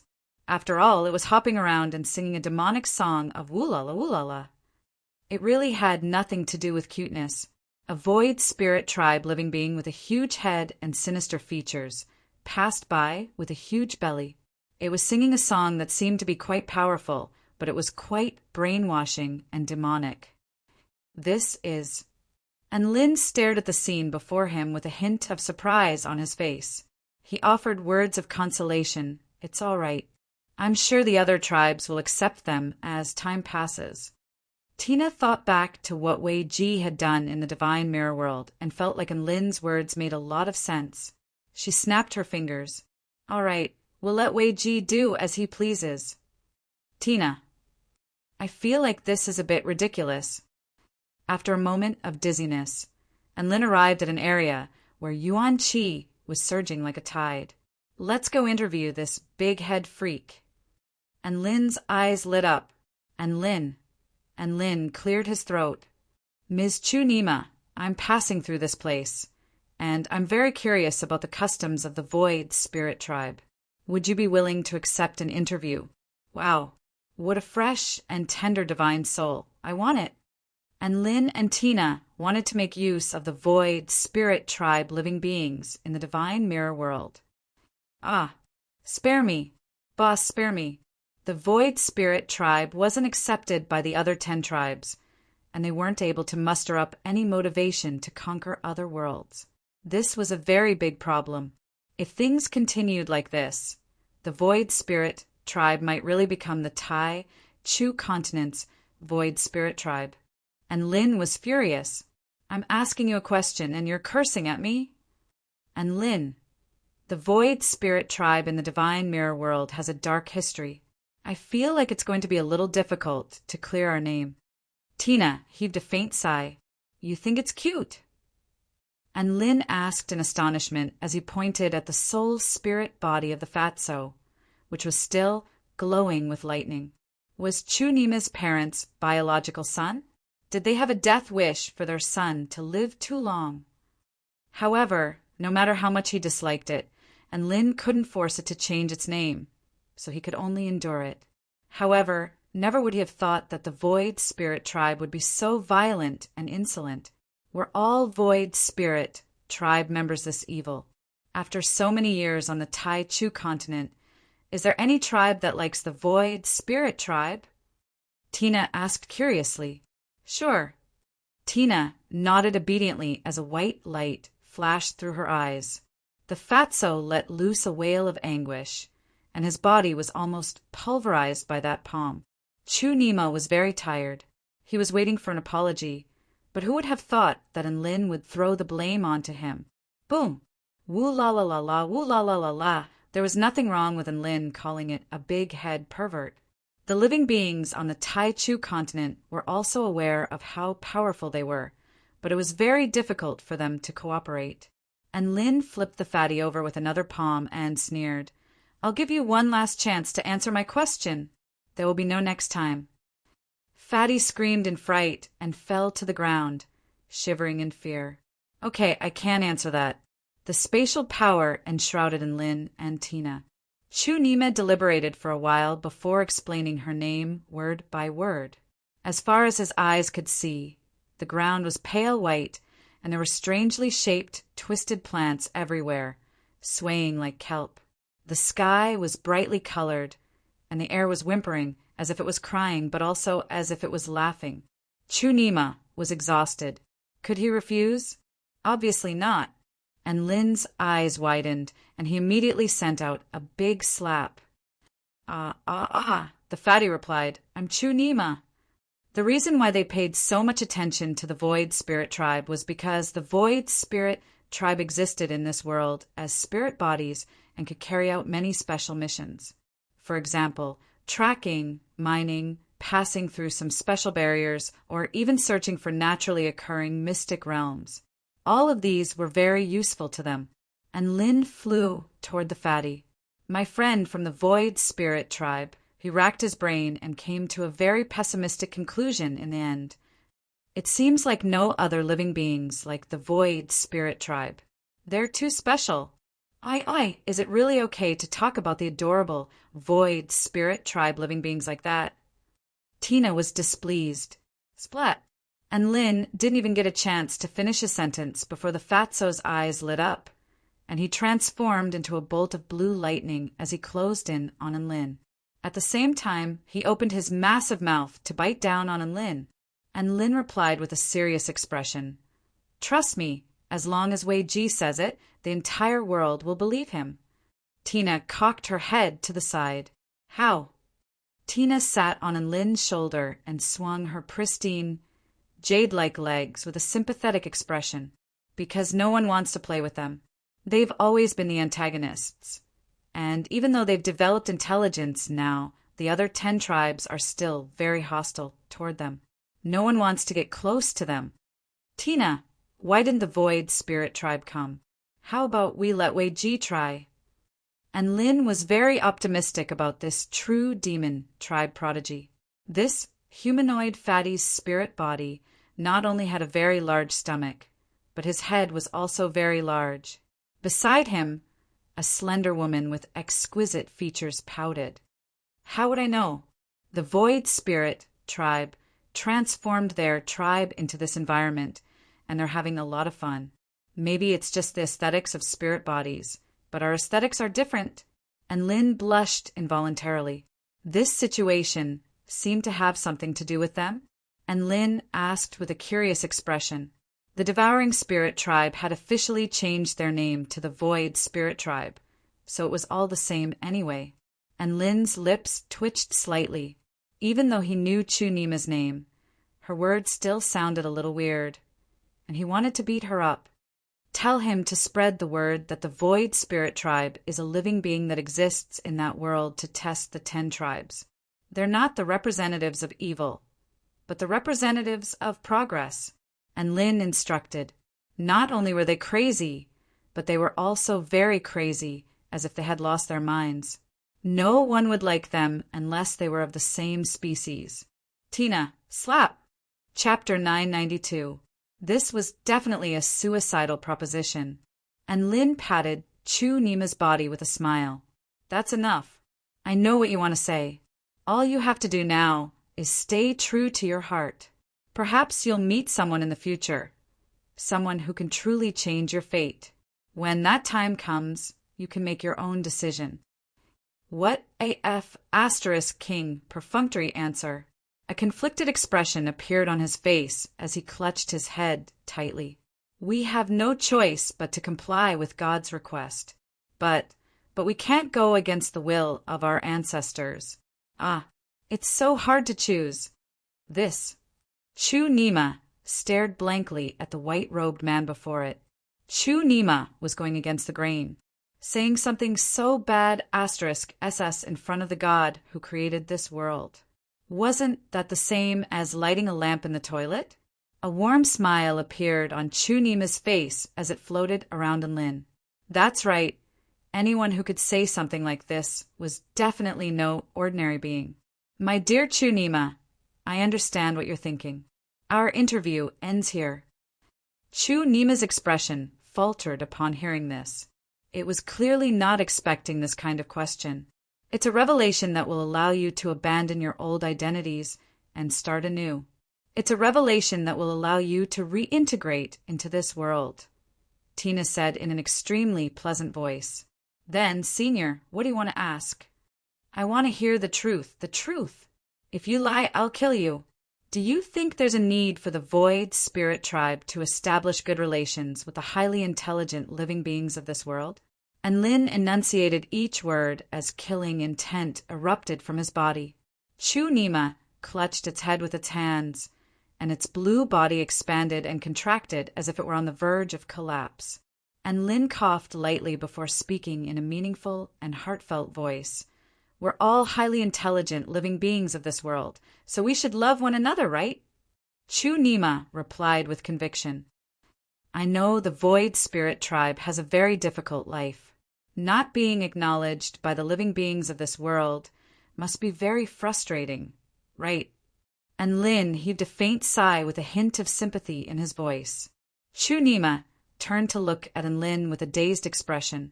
It didn't know why it was so excited, but it was as if it had reached some kind of decision. What revelation? Chu Nima was confused, and Lin and Tina looked at each other in bewilderment. Chu Nima paused and replied, My surname is Chu. It seemed that this problem was more difficult than he had imagined. This was a problem left behind by history, and Lin nodded. Looks like we'll have to leave this to Wiki. If the Void Spirit Tribe succeeded in conquering their territory, they would lose all of their soldiers. F***CK. Can't we talk properly? It's over. Because I don't think there's a need to build a good relationship with the ingredients. Hey, don't be nervous, I'm just asking. And Lin held onto Tina's little hand and disappeared from this world as he stepped on a cloud. Tina, yes, we should love each other and build a beautiful and happy home. Chu Nima raised her chubby hands and nodded in agreement. Yes, and Lin nodded. He added, I have a tool to detect if you're lying, so I hope you'll behave yourself. Chu Nima was on the verge of tears from that terrifying, murderous aura. And Lin hurriedly consoled the fatso before him. All of a sudden, he felt like the man before him was extremely unfathomable, as if he were a mighty figure who had transcended beyond this world and could even see through the mysteries of the future. Tina spoke in a quiet voice. This is a conflict between my orders, and the Void Spirit Tribe is caught in a dilemma. The Void Spirit Tribe is a highly intelligent life form created by me and this world together. If I forcefully interfere with their will, I'm afraid this entire race will be destroyed. What? Why do we have to be acknowledged by the living beings of this world? Aren't all of the living beings of this world high-grade ingredients for us? Why do we have to be acknowledged by the ingredients? Chu Nima was perplexed. Besides, we are spirit bodies, but the other 10 tribes are not. Doesn't that prove that we're not the same as them? Our mission is to wipe out the other 10 tribes. And Lin held Tina back and changed the subject with a smile. So what do you think about God's messenger and Lin descending upon this world to gather powerful beings to conquer this world? Why didn't the Void Spirit Tribe respond to God's messenger's call? Chu Nima, times have changed, and we have to change our mindset. And Lin spoke in a meaningful and heartfelt voice. You've all evolved and become different from before. Perhaps this evolution is a sign from the heavens? This was clearly a human mighty figure. F***K. He would be killed if he lied, but he would also be cut down if he spoke the truth. And Lin. Chu Nima surreptitiously observed Lin's expression to find that Lin didn't seem to be angry, so she continued. The big-headed pervert Chu Nima was left standing rooted to the spot, staring blankly at the direction Lin had left in. She didn't know what she had just come to. Chu Nima turned toward Tina. And who are you? You say this is a sign from the heavens, so does that mean it's a sign from the heavens? Who do you think you are to represent the heavens? Tina nodded in agreement. We can only let him brainwash us. Chu Nima's body shuddered. He had just referred to other living beings as food ingredients in front of this human. Chu Nima burst into tears. Senior, what I just said doesn't represent my true thoughts. I just want to... What do we do? Should we follow God's orders or carry out the wishes of our ancestors first? Chu Nima half knelt to the ground, and her mind was clearly extremely unstable. If they wanted to change the deep-rooted beliefs of the Void Spirit tribe, they couldn't think of any other way aside from brainwashing. And Lin thought about it for a moment before asking, "Are you happy?" Chu Nima stared at Lin with a blank expression, as if she was mulling over something. Tina gritted her teeth in rage. Was this F*** freak tired of living? I'm the god who created this world, and I was the one who created it. Who do you think I am? We are all highly intelligent beings like the other 10 tribes. But ever since the creation of this world, we've been tasked with the mission of devouring all of the highly intelligent beings in this world. This mission has been passed down through generations, and we can't forget our ancestors. We have to carry on this fine tradition. And Lin was also astonished. They had to change their beliefs. Chu Nima raised his arms and yelled, "We must first deal with internal strife. We must eliminate all of the high-grade living beings in this world before responding to spokesperson and Lin's call. What if the god of this world asks you to coexist peacefully with the other 10 tribes and invade this world?" And Lin asked again, and Lin patted Chu Nima's shoulder and injected his divine sense into it to calm it down. Chapter 993. And Lin left with a smug expression on his face. He felt like his final performance was quite good. He had come and gone like the wind, and he would definitely be able to leave a deep impression in Chu Nima's heart. Sigh, the void spirit, tribe sure is troublesome. Tina's brows furrowed as she heaved a faint sigh. There's still a long way to go. We're not in a hurry. And Lin wore a nonchalant expression. A thought suddenly occurred to him. By the way, Little Na, how are all of the tribes doing? Tina pondered for a moment before replying. All of the tribes are developing normally. The Holy Martial clan still likes to research battle techniques. The Dragon tribe still likes to search for treasures all over the world. And the Vermilion Bird tribe still likes to let fate take its course. It's just that there's been some disagreement within the human race. What disagreement? And Lin asked. The human race has already established 5 nations, and the higher-ups of each nation are divided on whether to allocate resources to cultivation or to science, Tina explained. That's why there's a huge debate going on. That's the difference between the human race and the other races. And Lin smiled.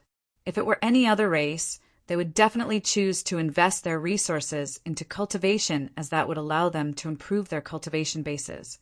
Was there anything more practical than becoming more powerful? However, the human race was different. They were aware of the importance of science, and they were investing their resources into science. Even though it wouldn't benefit them directly, it would benefit the human race in the future. Let them worry about it. Let's not interfere. And Lin smiled. Tina nodded. I'm looking forward to the human civilization here. It's going to be as prosperous as the human civilization in Giant and Lin's homeland. It's going to be fun.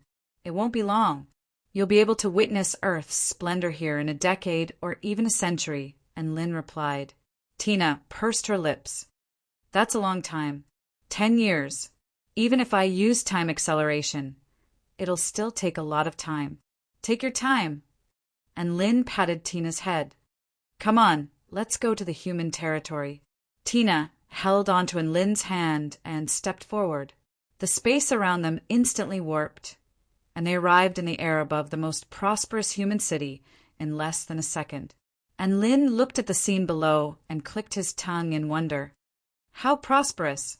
Below, there were tall buildings and endless streams of cars. Although most of them were relatively simple and unadorned, reinforced concrete buildings, there were also super tall buildings that were hundreds of meters tall, and the top was still shining with dazzling light. The vehicle was a thermal vehicle with elemental energy fusion, which could last longer. Here, ordinary humans and cultivators coexisted in harmony, and many even became good friends with each other. They all obeyed the decree issued by Adam and Eve that all living beings were equal under God, and cultivators were not allowed to use force to harm mortals for no reason. The Kingdom of the Nine States also had a similar law, but cultivators basically didn't interact with mortals. Even if they appeared in some prosperous places, they would still act like they were above mortals. Here, the atmosphere was completely different. Many cultivators really made friends with mortals. They ate together, chatted, danced together, and played games together. Perhaps their pursuits were different, but in their spare time, they could still play together. Looks good. However, why do I get the feeling that these cultivators are somewhat depraved? And Lin said, a speechless look on his face. These cultivators had way too many entertainment options. Didn't they need to cultivate? He unleashed his divine sense to encompass the entire city, and he could sense that there were a total of 50,000 cultivators in the city. But there was only one soul formation stage cultivator. There are way too few top-rate cultivators.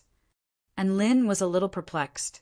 Even the human cultivators who had gone to the 4-9 Immortal sect were all spirit, nurturing stage cultivators. In terms of top-rate cultivators, there seemed to be a huge disparity between the human race and the other highly intelligent races. Perhaps there are too many things to play with, and that's distracting them from their passion for cultivation. Tina stuck out her tongue sheepishly, and Lin was speechless. Is this what it means to have too many things to play with? Is there really no problem? There should be no problem, Tina replied, and Lin's expression darkened. Oi, little Na, you're a god of creation. What's with that tone of uncertainty? Can you be a little more reliable? Don't worry, I don't think there will be any problems. Tina clearly didn't know whether this would work or not, but she couldn't force the cultivators to stop playing with other things. The two of them explored the divine mirror world before returning to the Tai Chu continent, and Lin found Wei Ji and gave him a new mission as a god spokesperson. Wiki accepted the mission with high spirits. To be honest, he was willing to do anything as long as he could serve Goddess Tina. If all of the divine mirror world powerful beings here were fanatics, then Wei Ji was a super fanatic who was several times more fanatical than any fanatic. Without this kind of passion and charisma, how could he move others? This was like some extremely powerful swindlers who had to lie to themselves before they could lie to others. Only then would they have enough charisma and charisma. All of them were the same. The only difference was that this Wei Ji had the protection of a god of creation. Late at night, and Lin returned to his cave abode. He strolled along the bluestone path, only to notice a black figure sitting on a rock. Even in the darkness of the night, he was unable to ignore this black figure. The black figure's eyes were simply too bright, almost as if they were about to emit light. And Lin made his way over to him and patted his shoulder with a curious expression. "What are you doing, Xiao Cho? Thinking about your life?" That's right. The black figure sitting on the rock was Xiao Cho. And Lin had often seen Xiao Cho sitting on a rock in a daze, but he had never seen Xiao Cho sitting with his legs crossed and looking up at the starry sky with such a melancholic expression on his face. His freckled features were scrunched up slightly, and his crooked lips were puckered up into a pout, as if he were feeling aggrieved and depressed at the same time. And Lin looked at Xiao Chao's peculiar appearance. Even though a child couldn't find his mother ugly, and a master couldn't find his pet ugly, he still couldn't help but feel a stinging sensation in his eyes. He silently turned his gaze toward the starry sky in the distance and fell into deep thought. "Big brother and I've fallen out of love." Tears suddenly welled up in Xiao Chao's eyes, and there was a hint of sobbing in his voice. Gasp! And Lin's eyes widened in shock. What kind of explosive news was this? He abruptly turned to look at Xiao Cho before silently averting his gaze, as if he had been dealt a heavy blow. "Ahem, Xiao Cho, tell me what's going on." When had Xiao Cho ever fallen in love? And Lin really didn't know. Instead, he had waited for Xiao Cho to fall out of love before asking about it. With this in mind, and Lin couldn't help but blush with embarrassment. Xiao Cho turned his gaze toward the starry sky with grief and reluctance in his eyes. This is what happened. Chapter 994. Big Brother. When I was still a little monkey in the myriad mountain realm, I wasn't that ugly back then. On the contrary, I was a little cute, Xiao Cho said. And Lin asked, was it like when you shrunk? Xiao Cho faltered slightly upon hearing this before nodding. And Lin understood now. Actually, Xiao Cho was also ugly back then, but he was too small, so his ugliness wasn't obvious. This was just like how humans were cute when they were young. But as they grew up, they were able to let go of themselves, and the difference became apparent. And Lin asked. Xiao Cho spoke slowly. One day, when I was picking fruits on the mountain, I was attacked by a black panther, mutant beast. Even though I had an innate spirit body, I was still very young at the time, so I was no match for the black panther. I was soon severely injured by the black panther's claws. Just when I thought that I was going to become the black panther's meal, a white figure sprang out. And Lin's expression shifted. He knew that the female lead was about to appear. A reminiscent expression appeared on Xiao Chao's face. She was so holy, so beautiful, with 6 pristine white tails and a pair of eyes as bright as the stars. She swallowed the black panther with a single bite. And Lin. Speaking of which, why was this different from what he had imagined? And Lin tried his best to regain his composure. And then, how did you two fall in love? Fall in love? Xiao Cho blinked. Why would I fall in love with her? And Lin. Then why are you talking about her? Xiao Cho smiled. Because she was the mother of the little white fox that I liked. And Lin's mouth gaped open. This was AF * king mother-in-law. He had thought that this was going to be a beauty saving the hero, but it turned out to be a mother-in-law saving her son-in-law. Why was this completely different from what he had imagined? And Lin calmed himself down before continuing. Xiao Cho continued. The little white fox's mother, Bai Muyu, saw that I was severely injured, so she took me to their place for treatment. She even asked me if I had seen a blue ice flower that was burning with flames.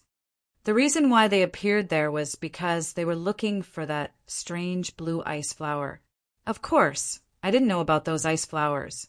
I became friends with the little white fox, Bai Yao, while I was recovering from my injuries. Bai Yao was very curious about everything in the myriad mountain realm, and she was constantly asking questions. To my savior, I am naturally happy to tell her everything I know. Perhaps my fate with her began while she was telling me stories. She's cute and obedient, and she's very kind. We were looking for fruits to eat in the forest. Whenever she found a fruit, she would share half with me. When we encountered small wild beasts, she would block in front of me, even though she was stronger than me. At that time, I silently swore that when I became stronger, I would definitely protect her. The clown sighed with emotion and looked at the starry sky. It seemed that he could still see the smiling face of the little white fox, and Lin smacked his lips. Childhood sweethearts. What happened next? His interest had already been piqued. He wanted to know how Bai Yao and Xiao Cho had fallen in love, and what had they gone through to make Xiao Cho sit alone on a rock and look up at the starry sky with a heartbroken expression. After that, the clown heaved a forlorn sigh. After that, her mother found the flaming blue ice flower, and she left the myriad mountain realm with Bai Yao, and I parted ways with her, and Lin's eyes widened. Did you forget something? That's it. That's right. That's the gist of what happened. The clown nodded as a hideous smile appeared on his face. How about it? It's a very simple, pure, and beautiful story, isn't it? And Lin, simple? Beautiful? You're telling AF * king love story? Why do I feel like I'm not listening to this story at all? Why is this completely different from what I was expecting? Even though Lin was grumbling internally, he still put on a caring big brother expression on his face. You and Bai Yao fell in love just like that? Did you play any role in obtaining the flaming blue ice flower? Did you do anything special to improve your relationship with her? How did you two confirm your relationship with each other? A dejected expression appeared on the clown's face. The flaming blue ice flower is clearly no ordinary item. Where would I have had the opportunity to come into contact with something of that caliber? And Lin thought about it for a moment and realized that this was indeed the case. This was the most realistic development. After all, he wasn't the son of the heavens. My relationship with Bai Yao was very simple and pure. As for how we confirmed our relationship, she gave me a handful of fox fur before we parted ways, and I gave her a handful of monkey fur as a gift. As long as we're within 5 kilometers of each other, we can sense each other. Isn't that equivalent to an exchange of tokens of love? Our love is so reserved, restrained, patient, and restrained. A dejected expression appeared on the clown's face as tears welled up in his eyes, and Lin couldn't help but draw a sharp intake of breath. She was being reserved and restrained. What was going on in the clown's head? Did they really fall in love? It didn't look like it. Wasn't this a little like the clown was imagining things? Perhaps the little white fox only saw him as a good friend, and Lin was feeling a little sympathetic toward the clown. Never would he have thought that the clown would be so fond of imagining things. He should have discovered this a long time ago. After all, the clown seemed to have also been imagining things a few years ago. The clown was a very emotional monkey, and Lin didn't dare to imagine anything about the clown's love life anymore, because he felt that his imagination had never been right even once. He asked with curiosity, "What happened after that? Did anything happen between the two of you?" The clown. After that, Bai Yao returned to her hometown, the creation realm, and we didn't meet again until recently. And Lin. Was this what it meant by nothing had happened after that? The clown couldn't forget her even now. Couldn't he just find a female monkey? Why did he have to place his love on a vixen? The clown continued, "I became an elder of the 4-9 Immortal Sect, and as the 4-9 Immortal Sect became more and more renowned, my existence became known to many people, including Bai Yao." And Lin's eyes lit up. Was this a sign that the girl had discovered that the guy had become a successful career man, and she was finally tempted to contact him? And then, after that, Bai Yao sent me a letter. She told me that she was going to marry the young master of the Fox tribe, the Black Fox Emperor, in 10 days, and she hoped that I would be able to attend her wedding. The clown's tears began to flow again as he spoke, and Lin's mouth gaped open. What the F***CK?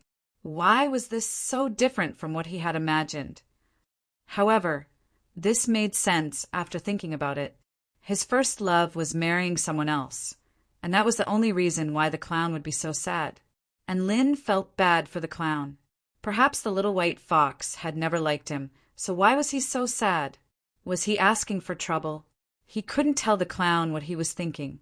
The clown most likely wouldn't believe him. Even if he did, wouldn't he be even sadder? He was like an idiot who had loved a girl who didn't love him for so long. Wouldn't that be even more of a psychological blow? It's all right, clown. You've lost a fox, but you still have a vast forest. And Lin offered words of consolation. But I don't like forests, the clown retorted in a firm voice. And Lin, I've already made up my mind. I'm going to the creation realm tomorrow to attend Bai Yao's wedding. The clown took a deep breath before speaking with a determined expression, and Lin faltered momentarily before nodding with difficulty. That's a good idea. I'll give them my blessings and say goodbye to their past. That way, they'll be able to grow up better. Who says I'm going to give them my blessings? Bai Yao must have been forced into this. I'm going to save her. The clown's battle intent surged as he spoke in a firm voice. And Lin. Chapter 995. The first thing Lin and the others did upon arriving at Qinghu City was to take a deep breath. The second thing they did was to stare at all the living beings around them with wide eyes. The 4 of them arrived at one of the 10 main cities of the creation realm, Qinghu City, and Lin and Bai felt as if they had fallen into a sea of flowers. They were completely unable to tear their eyes away from the scenery before them, and Lin fell into a state of self-blame. Perhaps he really hadn't interacted with Xiao Cho enough to keep up with Xiao Chao's train of thought. "After that, I'll go with you," and Lin suddenly said, "Holy F***CK, this place is heaven." And Lin was astonished. "Have you really decided, Xiao Cho? Are we going to the creation realm tomorrow?"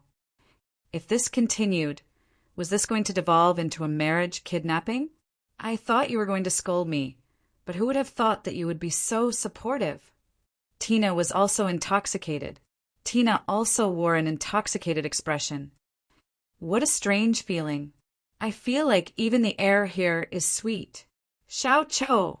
Xiao Chao's heart jolted as he stared blankly at Enlin. Tears welled up in his eyes again. He had also given Xiao Cho instructions in advance. Investigate all aspects of this tribe and analyze the potential dangers before making a decision. It's safer that way. And Lin was filled with deep veneration. The main city of the creation realm was naturally Fortune City. That was the headquarters of the Hall of Creation. Xiao Cho looked forward. He liked to look at the adorable little white fox. And Lin smiled. My big brother monkey is going to do something as exciting as devolving into a marriage kidnapping. As his brother, how could I not assist him? In that instant, Lin was struck by a sense of loneliness and desolation. That's right, this was a place where anything could become sentient. This was the creation realm. I'll approve it. Xiao Zhe continued to stay at the sect in case any unexpected situations arose. The Fox tribe was a very intelligent tribe, and they were like fish in water in the creation realm. They gradually developed and became one of the 10 major powers in the creation realm, and they occupied one of the main cities, Qinghu City. All right. How old are you? Don't cry so easily. Under the moonlight, the two hugging figures were so harmonious.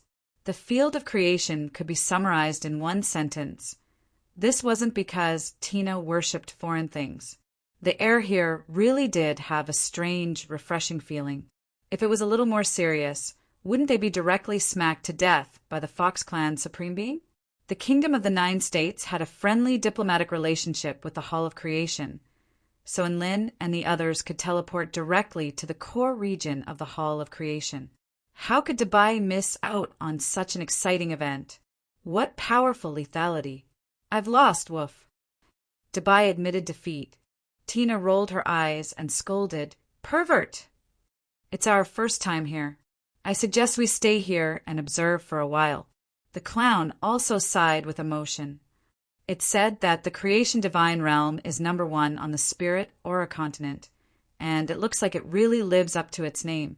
Even the air is filled with spirit aura. One after another, enchanting women shuttled back and forth in the vicinity. If the clown were to discover the truth, wouldn't he have a mental breakdown? Dubai's nose was quite sensitive, and he couldn't stop inhaling the air. He even forgot to speak, and Lin swallowed the words that were about to come out of his mouth. All right, they had arrived at the final destination of their journey to the west. This was a peaceful night, and Lin thought to himself, if cursing was going to work, he would have cursed them a long time ago. And Lin sucked in a deep breath as a sense of comfort washed over his entire body. They had voluptuous breasts, slender waists, and a pair of sexy long legs. Their fox tails swayed from side to side as if they were capable of seducing one's soul, and they were all dressed in extremely vibrant clothing. The clown became more and more excited as he spoke, and large tears began to roll down his face. Giant and Lin, let's hurry up and get down to business. Tina was almost drooling at the sight of Enlin, and Dubai's nose was bleeding. They were extremely embarrassed and wanted to leave this place. And Lin, Dubai, and Tina nodded in agreement. After inhaling a deep breath of air, the air flowed into the lungs and spread to the rest of the body before clearing up the meridians. It was as if the air was massaging the entire body, and it was extremely soothing. The clown spread open his arms and gave Enlin a bear hug. Thus, Enlin, Tina, the clown, and Dubai embarked on their journey to the west. after a period of dizziness. The next day, and Lin walked out of his room in high spirits. The Hall of Creation was located in the southwestern region of the Tai Chu continent. The white fox stuck out her little tongue before leaving with a seductive smile on her face like a victorious general. At the same time, it was located in the northwestern region of the southern Heavenly Wing Nation, which was located in the southernmost part of the continent, not for anything else, but because this was the Fox clan's main camp. This was a feeling of loneliness and helplessness that he had carefully built up. Tina, however, and Lin and the others went directly to Qinghu City. "Thank you, Big Brotherin." And Lin thought about it for a moment and decided that it would be better to bring his supreme steed with him, so he agreed. The clown harumphed coldly. "How can those be asterisk cheese compare to my Baiyao? Her fur is as pristine white as snow, her eyes are bright and clear, and her figure is impeccable." After hearing about what had happened to Xiao Zhe, Dabai immediately made his way to the 4-9 Immortal sect to visit Xiao Zhe, but after hearing about what had happened to Xiao Chou, he immediately begged Lin to take him with him. And Lin immediately turned her down with a straight face. "No." Dabai raised a paw. "Big Brother and is absolutely right. I agree. Woof." And Lin and the others appeared in the teleportation spell formation at Qinghu City. And Lin patted the clown's back in consolation. Tina chose to continue to follow Lin in order to broaden her horizons. "The clown, isn't your Baiyao a white fox as well? Is she this powerful as well?" And Lin couldn't help but ask. "That feels so good." He sighed with emotion. A long silence ensued. No, he had to be stopped. Baiyao clearly viewed the clown as a friend, so perhaps they were in love with each other after marrying the black fox. Huh. Xiao Chou faltered slightly before averting his gaze from the night sky to look at Lin in surprise. This was a place blessed by the heavens, and it was the largest blessed land on the entire continent. There was enough spiritual energy here that most things could attain sentience. All types of animals, plants, even rocks, flames, water, and lightning could attain sentience. Whoosh! Whoosh! Dabai wished he could grow a few more eyes, and his eyes glowed with a green light. Heaven! This is heaven on earth. As expected, this was completely different from what he had imagined. "I've decided, Big Brotherin. I'm going to apply for leave from you." A white fox who was passing by Lin and the others noticed Lin and Dabai's scorching gazes, and a light chuckle escaped her lips as she puffed out her voluptuous chest and blinked seductively at Lin and Dabai before speaking in a seductive voice. And Lin turned toward the clown to discover that he was sitting on a rock with his bulb-like eyes looking toward the west with the countless stars reflected in his pupils. And Lin rolled his eyes. Beauty was in the eye of the beholder. He shouldn't have asked the clown such a stupid question. Gasp! Dabai felt as if he had been severely wounded, and blood slowly flowed from his nose. This was a divine creation. They felt like even the air here was about to attain sentience. Chapter 996. You two just want to look at beauties here, right? Tina huffed, and Lin replied with a serious expression. Please don't doubt my work ethic. I'm only here to observe the characteristics of the fox tribe. Only by truly understanding your enemies can you defeat them. Woof. Dabai interjected. The clown felt like this was reasonable. All right, this is my first time coming to the main city of the fox tribe, so I'll accompany you for a while. And Lin and Dabai both whooped with glee upon receiving the clown's approval. Tina was a little exasperated as she floated over to Lin's side and wanted to sit on his shoulder like she usually did, but she floated away with a disdainful expression after seeing how he was staring at the vixens on the street. Most of the living beings on the street were from the fox tribe. The fox tribe was a race that yearned for the beauty of humans, and their sense of beauty was surprisingly similar to that of humans. They usually had two forms. One was a fox form, while the other was a human form, and they preferred the human form. Thus, they usually appeared in their human form when they were outside. Most of the male fox tribe foxes were quite handsome, while the female fox tribe foxes were mostly seductive and seductive. Of course, there were also some who chose the pure and holy path, but the ratio was quite small. This was perhaps due to the fact that the fox tribe was quite open-minded. Look at that asterisk. Tui, what a perky tail. We have to be careful. There might be some sort of lethal weapon hidden under that fur. Big brotherin, look at that red fox. She has such a fierce chest. We have to be careful of a fox like her hiding a lethal weapon in her chest. Woof! Gasp! Dubai is right. The human and dog were extremely excited as they stared at the passing fox tribe foxes. The clown didn't know what they were excited about. Were big breasts and big, but very attractive? The little white fox's fox form was clearly the most attractive, and in terms of appearance, Tina was the most perfect. However, Anlin and Dubai were extremely excited about the wildflowers outside, which the clown found very difficult to understand. After a while more, the clown finally couldn't help but ask, Big brotherin, are these foxes really that good-looking? Why do I feel like none of the foxes passing by here are as good-looking as Little Na? Tina was extremely excited. The heavens had eyes. There was finally someone who wasn't blind. I'm such a delicate little elf. Yet you don't go and appreciate them, and instead go and look at those vixens. Unexpectedly, when Anlin and Dubai heard this, they shook their heads at the same time. They smiled like experienced drivers and explained earnestly. Clown, you don't understand. To appreciate beauty, you don't just look at the appearance. You also have to look at the temperament. Anlin said very seriously. Tina placed her hands on her hips and pouted. Is my temperament not good enough? No. Little Na has a very good temperament. But, Anlin changed the topic, your temperament is a holy and inviolable beauty. Your beauty is impeccable. You can look at it from afar, but you can't play with it. As for the beauty of the Fox clan, Anlin suddenly laughed. Dubai continued, the beauty of the fox race is mostly a beauty that seduces one's soul. It is emitted from the inside out. Quickly come on, my beauty. Woof! Tina's face convulsed slightly. Clown paused for a few seconds before suddenly speaking. So that's why you're here.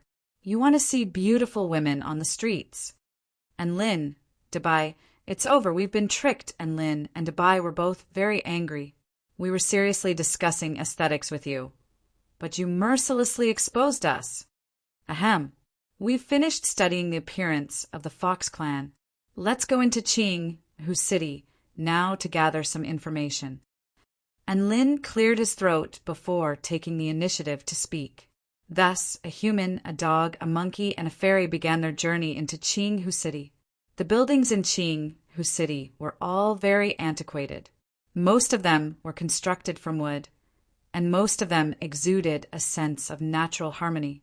There were many shops along the streets, and most of the things being sold were very spiritual. Some were spirit fruits, some were spirit nurturing essence, and there were even all types of spirit beast eggs. And Lin had seen all kinds of treasures in his life. Even though there were many interesting items on the street, he was a little bored after a quick glance at them. He then turned his attention back to the fox race cultivators on the street. He felt like he had made a huge profit on this trip. After all, he was very happy to be able to see a bunch of beauties. Tui, to be able to help Clown.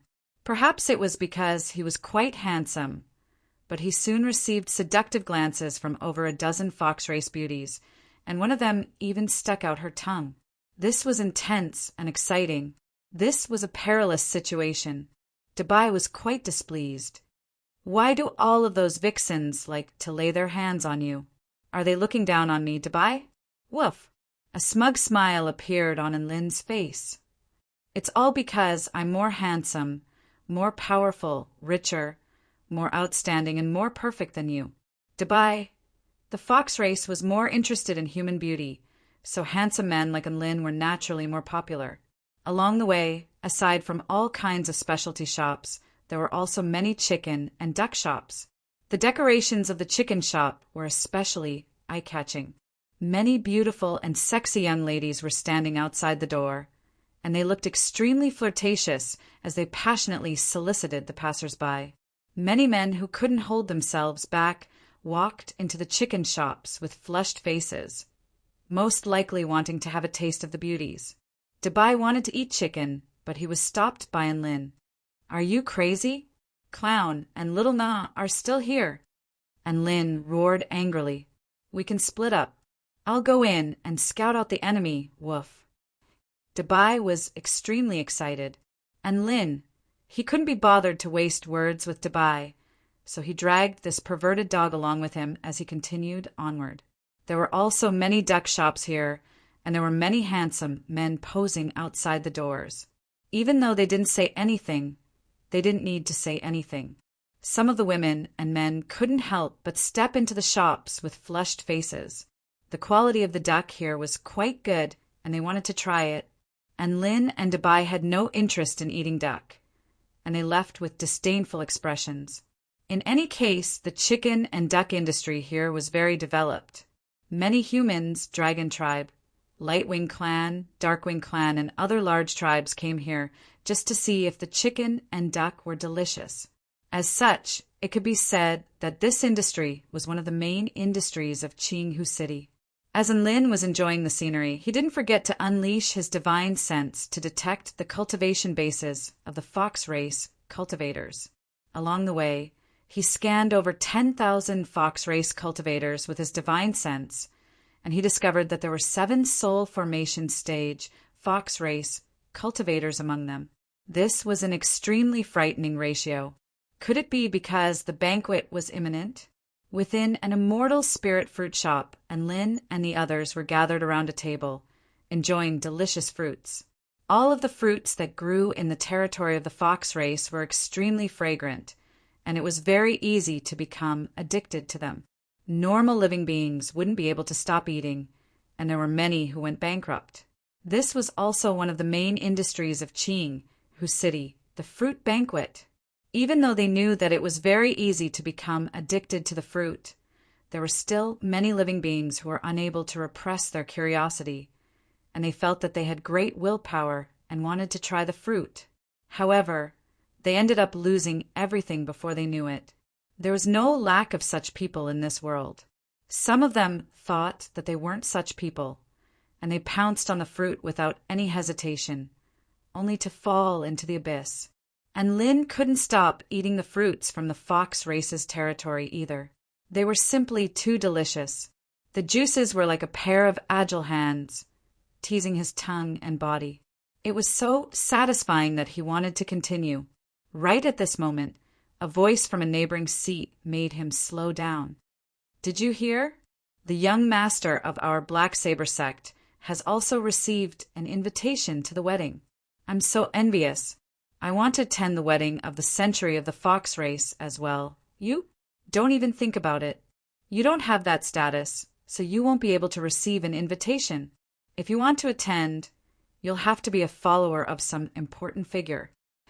Chapter 997. The Wedding of the Century. And Lin immediately knew whose wedding they were referring to. However, they didn't have invitations. What should they do? If the security at the wedding was a little lax, then they could sneak in. However, if the security was extremely tight, then there was still a risk of being discovered. It would be best if they had an invitation so that they could sneak in openly. Should they steal one? And Lin's eyes flashed. He actually didn't approve of Xiao Cho crashing a wedding. That would be tantamount to suicide. The Fox tribe was not a small tribe. Even though they didn't have any Dao integration stage, super mighty figures, they had 6 return to void final stage mighty figures among their ranks, and Lin and the others had almost no chance of winning against the entire Fox tribe. And Lin had also tried to persuade Xiao Cho to let go and bid farewell to his past during the wedding. In order not to provoke Xiao Cho, he didn't point out that Bai Yao's feelings for him weren't love. Instead, he told him that many things would change as time passed, including some emotions. In the mortal world, there's a 90% chance of a long-distance relationship breaking up within 2 years. You've been with Bai Yao for close to 100 years. Do you really think her feelings for you won't fade away? No, I'm different from Bai Yao. Bai Yao must have been forced into this. That's right, Xiao Chou was like a stubborn person. He stubbornly believed that things were as perfect as he imagined them to be. However, Xiao Chou also promised that he wouldn't do anything rash in order to play it safe. Instead, he would act according to the situation. At this moment, the fox tribe cultivators at the neighboring table began to speak again. Hey, apparently Princess, Bai Yao doesn't want to marry young Master Qin Nan. It looks like there's more to this wedding than meets the eye, one of the fox tribe cultivators whispered. Xiao Chow's eyes lit up, and Lin drew a sharp intake of breath. F***CK. Could it be that Xiao Chou was right? Bai Yao was forced into this. Hee hee. You're always talking about conspiracy theories. Are you sick of it? Princess Bai Yao is the most beautiful woman among the younger generation of our fox tribe and the most dazzling star of the white fox tribe. Young Lord Chennan is the only son of the Black Fox Emperor and the most powerful person among the younger generation of the Black Fox Emperor. The two of them are publicly acknowledged by the Fox clan to be a perfect match made in heaven. Do you think an ugly person like you has the right to question or object? The other Fox clan member retorted, mercilessly. The clown's bright eyes gradually dimmed. The male fox demon who was scolded became angry and said angrily, How am I ugly? I just look ordinary. The monkey on the table next to me is the real ugly one. Ha! Do you think I'll believe that? The other fox demon turned to look, and his eyes gradually widened as he sucked in a breath of cold air. Hiss, so ugly! And Lin suddenly stood up, walked towards the two fox demons, and sneered, Say that again! What? You still won't let me tell the truth. The male fox demon was just about to retort when he was stopped by his companion, who kept shaking his head to signal him not to cause trouble. The male fox demon swallowed his words and looked at Lin with dissatisfaction. And Lin chuckled. Do you think it's over if you don't say anything? Say that again is just a prelude. It's not like I won't beat you up if you don't say that again. He raised his fists as he spoke. Thump, thump, thump. Bang, bang, bang. Clatter, clatter, clatter. Puff, puff, puff. Ah! The sound of fists hammering together with the cries of anguish erupted. This battle alerted the owner of the Immortal Spirit Rare Fruit Shop, and Lin tossed a bag of spirit stones at the restaurant owner in a domineering manner. Those two fox tribe brothers on the ground are my friends. I'll pay for their meals. The two fox demons on the ground almost threw up a mouthful of blood. What the F***CK do you mean by no discord, no concord? Do you think we know each other? Even though they were cursing in their hearts, they still forced smiles onto their faces in the face of Lin's tyranny. Yes, yes, yes, we'll get to know this human brother through a fight. And Lin nodded with a content expression before departing with Xiao Chou. After exiting the Immortal Spirit Rare Fruit Shop, Xiao Chou heaved a faint sigh. Big brother, you didn't have to do that. They weren't wrong. It's not the first time I've been called ugly. They were telling the truth. A faint smile appeared on Lin's face. I'm the only one who can call you ugly. I'll beat the crap out of anyone who dares to do so. Xiao Chou hesitated momentarily before replying. Little Na and Dabai also told me that I'm ugly. Little Na, Dabai, and Lin's chest constricted upon hearing this. Was bickering fun? Why couldn't they just talk normally? He paused for a moment before explaining. I actually couldn't resist beating them up, not because they thought you were ugly, but because they called you ugly when they were talking about Bai Yao's wedding. Xiao Chow's expression faltered upon hearing this, and tears shimmered in his eyes. Were these two situations the same? Of course they were. Who would want to be used as a negative example when talking about the girl they liked? No matter how big of a heart Xiao Chou was, and how he didn't mind being called ugly, he probably didn't want to be called ugly under those circumstances. This was most likely the reason why Lin had beaten up those two fox tribe powerful beings. Xiao Chou was extremely touched, and Lin was able to detect the discomfort he was feeling and stood up for him. Where else could he find a good brother like him? Xiao Cho walked along the streets, and some of the living beings would occasionally turn to look at him with astonishment on their faces before averting their eyes again. Xiao Cho heaved a faint sigh. He was already used to people calling him ugly, but now that he was going to see Bai Yao, he felt a little uncomfortable. He didn't care about what other people thought of him, but what if this affected Bai Yao? His storage ring flashed, and a mask appeared in his hand. This was a high-rank spirit tool, the Azure Battle Arhut mask, upon which was engraved an extremely domineering expression of a diamond. This was a present that Su Xiaolan had given to Xiao Cho. It could unleash the power stored within the mask for a short period of time, and it was a very practical, high-rank spirit tool. Xiao Cho silently put on the mask, transforming from an ugly clown into a domineering clown. And Lin, Tina, and Dabai all noticed this, but they didn't say anything. They really didn't care what Xiao Cho wanted to wear.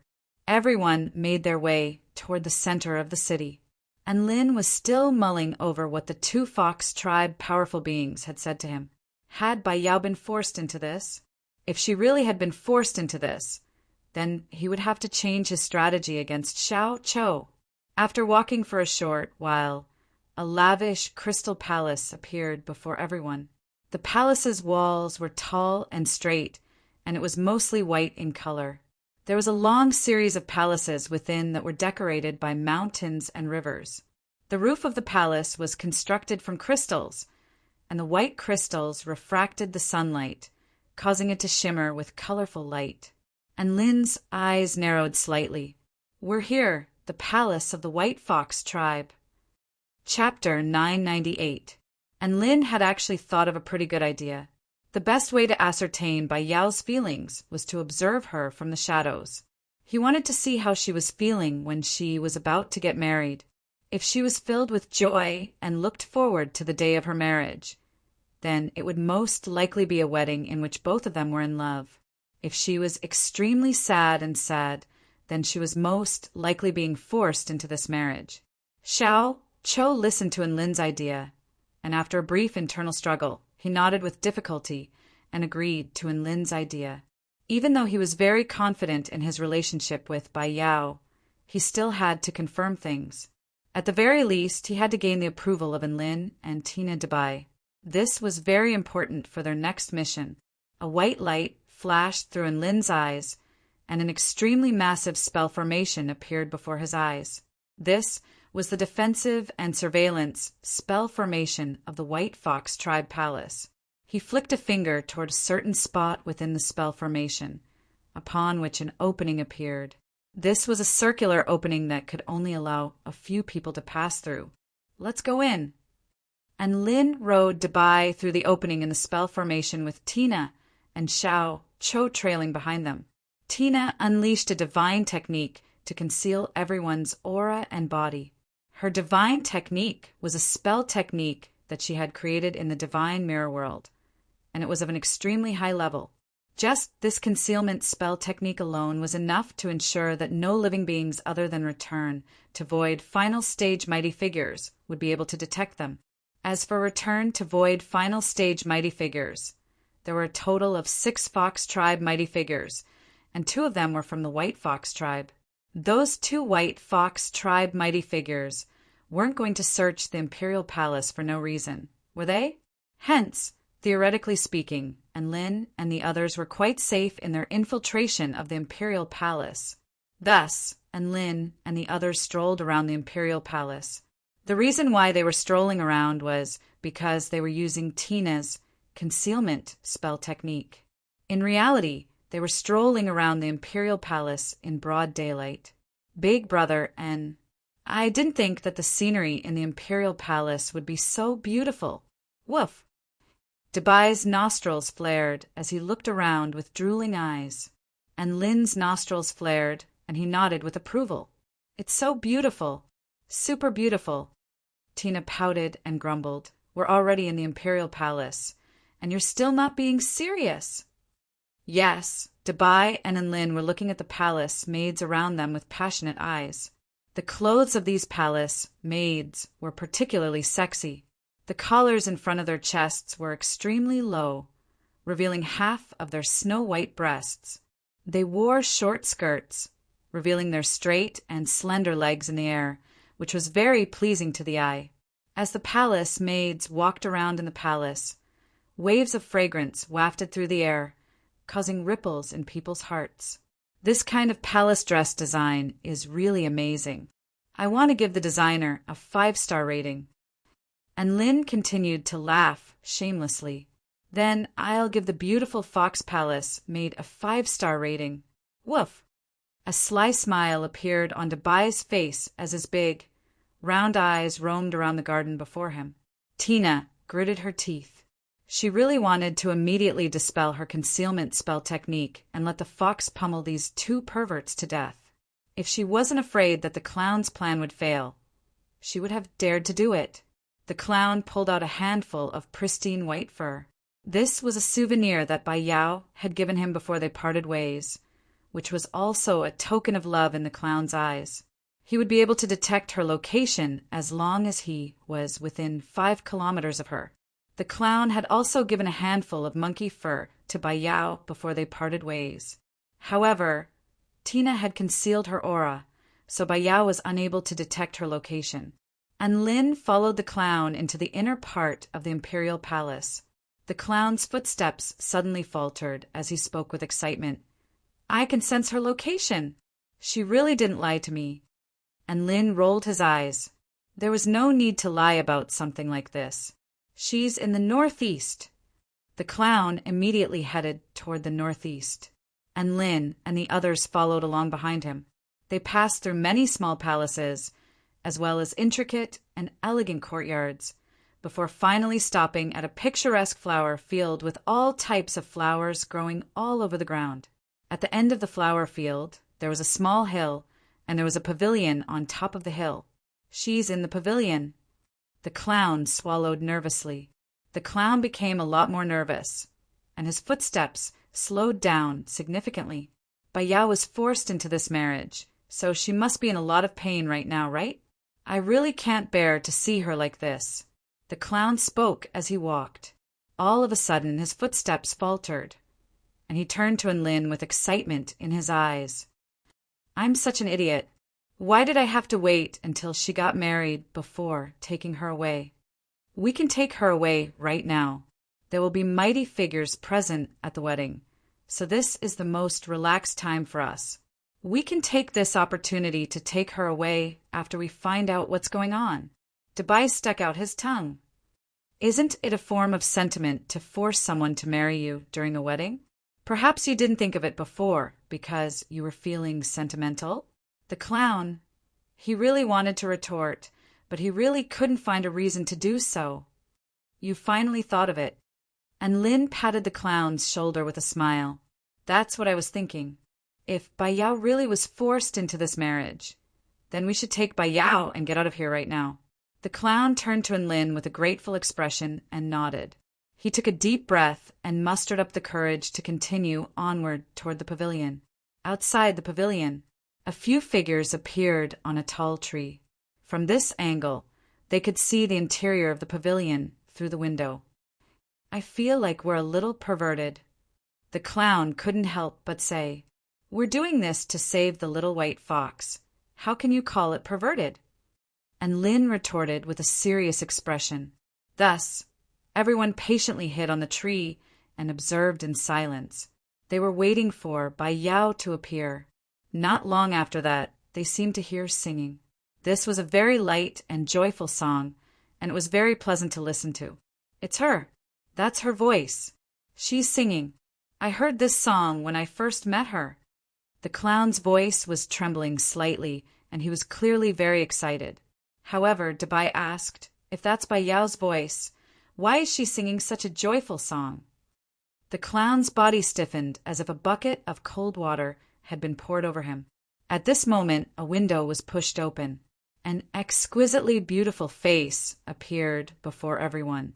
The woman wore a flowing white dress, and her hands were crossed on the windowsill with her chin resting on the back of her hands.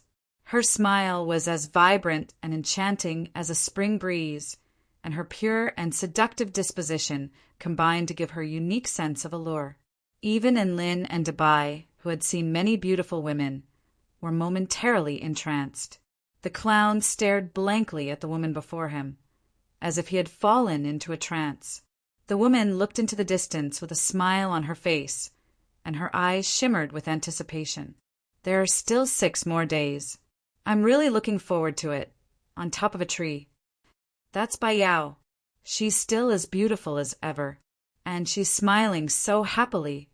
The clown's voice trembled slightly as he spoke. His face was obscured by his mask, so it was impossible to see his expression. However, there seemed to be water slipping off the edges of his mask. Chapter 999. And Lin, Dabai, and Tina didn't say anything. Xiao Cho stared silently at the woman's smile, and time seemed to have stopped. The woman's smile was like a sharp sword that stabbed viciously into Xiao Chao's heart. He was supposed to be happy for her, but why did his heart ache so much? He didn't know how long he stared at her. "Let's go, big brother," and Xiao Chao's voice was a little hoarse as he spoke. He didn't offer to take Bai Yao with him, nor did he choose to meet her. Perhaps Xiao Cho had already made a choice, a very rational one, and Lin heaved a faint sigh. Relationships couldn't be forced. One-sided love was destined to end in tragedy, and even he wouldn't be able to do anything about it. Perhaps this was the best course of action. He had completely given up on her before the wedding. There was no drama. He had come in silence and left in silence, and Lin was a little concerned as he looked at Xiao Chao's well-built figure. The clown's heart might be bleeding, but with the passage of time, there would come a day when it would heal. His self-righteous feelings were just a mistake. He would eventually realize this. Even though the process was a little cruel, this was the only way to deal with it. Within a fruit shop in Qinghu City, Xiao Cho began to eat and drink as he stuffed fruits into his mouth over and over again. The fruits produced in Qinghu City weren't cheap, even though many people were addicted to them. This was the first time any of the surrounding foxes had seen someone eat so much. All of them turned to look at Xiao Cho. They were initially stunned by his monstrous and extravagant eating habits before being astonished by his facial features. The fox tribe was a race that yearned for beauty, so they were usually quite good-looking after their human forms. So they had never seen anything like this before. Holy F***CK! What an ugly monkey! My God, I feel like I'm going to have nightmares when I see that face. He's the only one like this in this world. I feel like he's ruining my appetite. All of the surrounding foxes couldn't help but discuss among themselves. None of this escaped in Lin's ears, and he immediately stood up. However, at this moment, Xiao Cho latched onto his hand. "No need, I'm fine. I'm already used to it." A hideous smile appeared on Xiao Chao's face, and Lin wanted to say something, but after seeing the pleading look in the clown's eyes, he finally sat back down. The clown continued to wolf down the food, crying as he ate. "Don't rush, eat slowly, don't choke. Boss, give me another 1,000 green fox fruits." And Lin shouted as he tossed out 50,000 spirit stones. Hiss! The fox clan member next to him sucked in a breath of cold air. They were afraid that if they ate too much, they would become addicted and go bankrupt. That table of people, on the other hand, was afraid of choking on the green fox fruit, so they casually tossed 50,000 spirit stones into the air. A super tycoon! The boss excitedly put away the money and immediately asked someone to bring the fruit. The cyan fox fruits were stacked high like a small mountain. A strange fragrance wafted in the air. Xiao Cho continued to wolf down his food. When I was with her in the Myriad Mountain Realm, she gave me a few green fox fruits, and I really liked them. She even said that if I ever come to Qinghu City again, she'll treat me to a feast. Xiao Chao's emotions eased slightly upon hearing this. She also gave me a bag of green fox fruit tree seeds, telling me that they would grow into a green fox fruit tree. I tried to plant them, but they didn't grow. We agreed that we would meet again in the future. I knew that there was a huge disparity between us, so I worked very hard to cultivate in order to be worthy of her. I finally reached the soul formation stage and became an elder of the 4-9 Immortal sect. I wanted to meet her now that I had some confidence, but Xiao Cho began to sob again as he spoke. I had always thought that the simple interaction between me and her, talking about life in the mountains without any secrets, playing together, hunting together, catching fish together, living a carefree life, I thought that was the most beautiful relationship in this world. She even asked me if I would mind marrying a fox as my Tao partner. Xiao Cho swallowed the fruit in his mouth. I don't know what she meant by that, but at that time, I felt like I had already fallen for her. Even though our interactions were very ordinary, I really did like her and I wanted to be with her. The love of the world is but a white porcelain plum soup in the middle of summer. Xiao Cho stared blankly at the green fox fruit in his hand. Before he knew it, tears began to flow again. Xiao Cho had always been a very emotional person, and he was a bit of a loner. It was a pity that she didn't want him, even though he had chosen to conquer himself. And Lin heaved a forlorn sigh upon seeing this. The love tribulations of this world are but 3 black tiles of Huangli and Xinji. 3 black tiles of Huangli and Xinji. 3 black tiles of Huangli and Xinji. Xiao Chai's eyes lit up as he turned to look at Lin. This sentence revealed what he was thinking and resonated with him. Xiao Cho took a deep breath before continuing to eat the green fox fruit. Eat, eat. Eat all these fruits and forget about her, and Lin urged. Xiao Cho nodded silently before wolfing down the green fox fruit, and Lin, Dabai, and Tina all ate with him. Not long after that, all 1,000 green fox fruits had been devoured by them. I'm so full, Woof. Dabai rubbed his bulging stomach with a contented expression. Tina smacked her lips as if she hadn't had enough and wanted to eat more. With her powerful cultivation base, she could naturally resist the temptation of these fruits. But she didn't want to resist them as they were simply too delicious. And Lin turned toward Xiao Cho, and he heaved a sigh of relief upon seeing that the grief on Xiao Cho's face had subsided. Let's go back now, Xiao Cho. Bai Yao has her own happiness, and you can start a new relationship, and Lin suggested. That's right, Big Brother Cho. With your power and status in the 4-9 Immortal sect, you can even start a harem of female monkeys, woof. Dabai clapped his paws together. Xiao Cho was quite amused by Dabai's words, and an ugly smile appeared on his face. Tina struck while the iron was still hot. That's right. After you leave this tree, there's a whole forest waiting for you. Besides, you won't be lonely as we'll be with you. Tears welled up in Xiao Cho's eyes as he listened to his friends, and he almost burst into tears again. Thank you all. It's so good to have met all of you. A faint smile appeared on Lin's face. Xiao Cho had finally recovered from his heartbreak. Xiao Cho continued, however, I'm still going to attend Bai Yao's wedding. I want to make a final confirmation. I want to see her happily married to someone else with my own eyes. And Lin, Dabai, Tina, what the F asterisks, eh? Going to Xiao Cho's wedding now. All obsessions in this world were nothing more than 1,000 layers of ice that could not be moved. Chapter 1000. And Lin respected Xiao Cho's decision. Seeing as Xiao Cho had decided to attend Bai Yao's wedding, he wanted to witness the happiest moment of her life. As such, all Lin and the others could do was to accompany Xiao Cho in his torture. After all, they weren't truly in love with each other. They could only watch the two of them interact with one another at the wedding before letting go of this obsession. And Lin decided to stay in Qinghu City and await the day of the wedding. Time passed by one day after another. Qinghu City was also becoming more and more lively. The wedding of the princess of the White Fox tribe and the young master of the Black Fox tribe was like a fairy tale wedding between a princess and a prince. This was already a major event in the creation realm, so all of the living beings in Qinghu City and even some of the friendly sects in the nearby realms would send people to congratulate them. Their wedding was as dazzling as the wedding of the century. On the night before the wedding, fireworks blossomed in the night sky, illuminating the entire sky with a dazzling radiance.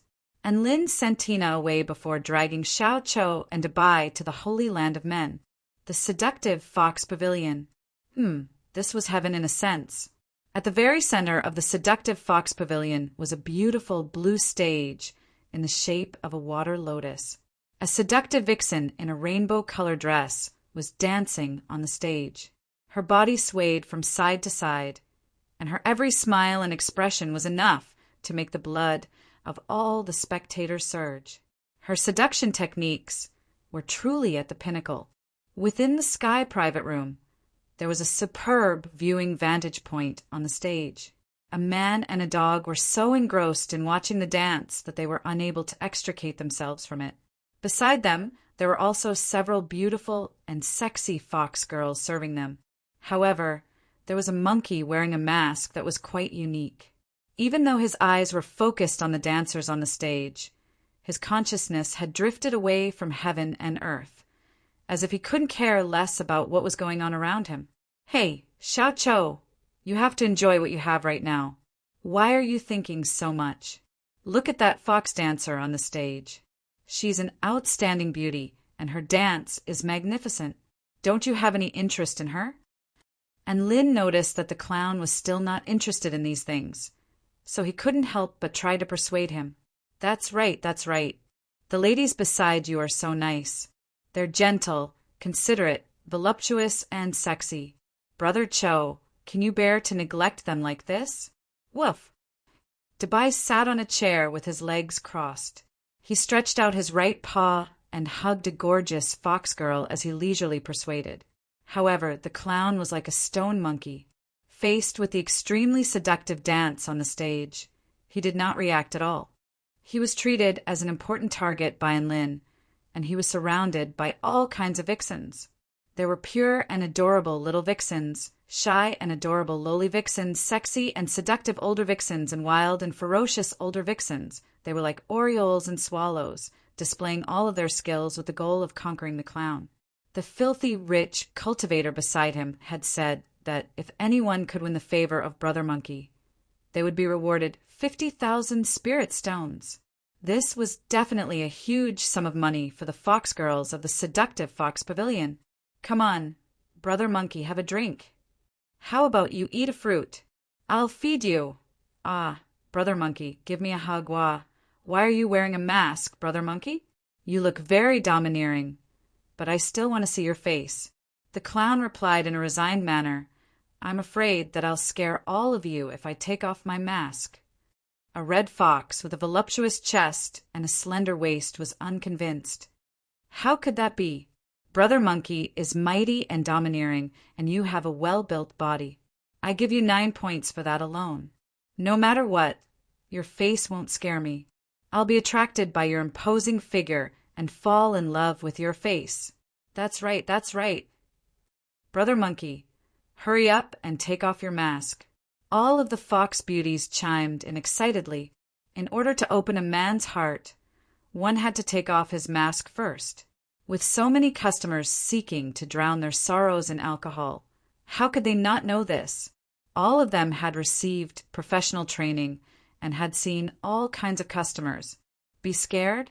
What a joke! The clown fell silent for a moment, and perhaps he really couldn't stand the feeling of being surrounded by a bunch of fox beauties. All right, I agree to take off my mask. Why don't we play a game? All of the fox beauties became excited again at the mention of a game. Sure. This servant loves to play games. What kind of game is it? I can't play a game that's too overboard. The punishment for losing the game is that you can only remove one piece of clothing at most. A faint smile appeared on the clown's face. I'll take off my mask, and I'll be with anyone who takes the initiative to kiss me tonight. Gasp! All of the fox beauties drew a sharp intake of breath. This was a chance to earn 50,000 spirit stones. The atmosphere instantly exploded as all of the beautiful fox beauties pounced toward the clown, fighting for the best spot to kiss him. If they were too slow, they would lose their chance. Me. Brother Monkey, I want to kiss you. Get out of the way. Leave a spot for me. You're going too far. This spot is mine. The clown looked at the fox beauties before him before slowly taking off his mask. An earth-shattering face appeared in front of all of the fox beauties. The noisy environment suddenly quietened down. All of the fox beauties' mouths gaped open as their eyes glazed over with shock. Even their breathing slowed down. That eyes, that nose, that mouth, that face, how terrifying! The clown cracked a smile. Who wants to kiss me? All of the fox beauties shuddered. Ah! Some of the fox beauties couldn't help but scream in fright. Some of them even collapsed to the ground as their legs gave out from under them. The fox girls, who had been scrambling to kiss the clown, all scattered and fled from the scene. The fox beauties who had always pursued beauty were completely flabbergasted upon seeing the clown's face. Just the thought of kissing the clown made them so scared that they didn't even dare to do business with him, and immediately ran away. All of them had been professionally trained, and under normal circumstances, they wouldn't be disgusted by their customers' looks unless they really couldn't help it. In the end, only the red-tailed fox beauty remained. She stared blankly at the clown and didn't run away. Her mental fortitude was strong enough to withstand a wave of attacks from the clown's looks. At this moment, thoughts were surging through her mind. To kiss or not to kiss? Close your eyes and everything will be fine. 50,000 spirit stones will be in my hands. Clown looked at the red fox girl who had not left. He smiled politely but not awkwardly. Gasp! She saw that earth-shattering smile. The red-tailed fox beauty's body trembled as her eyes gradually lost focus. Then she fainted. All of the fox beauties in the private room had finally been killed by the clown. An entire room was quiet again. And Lynn, "Goodbye," the clown smiled, revealing the expression of a lonely expert, and silently put his mask back on.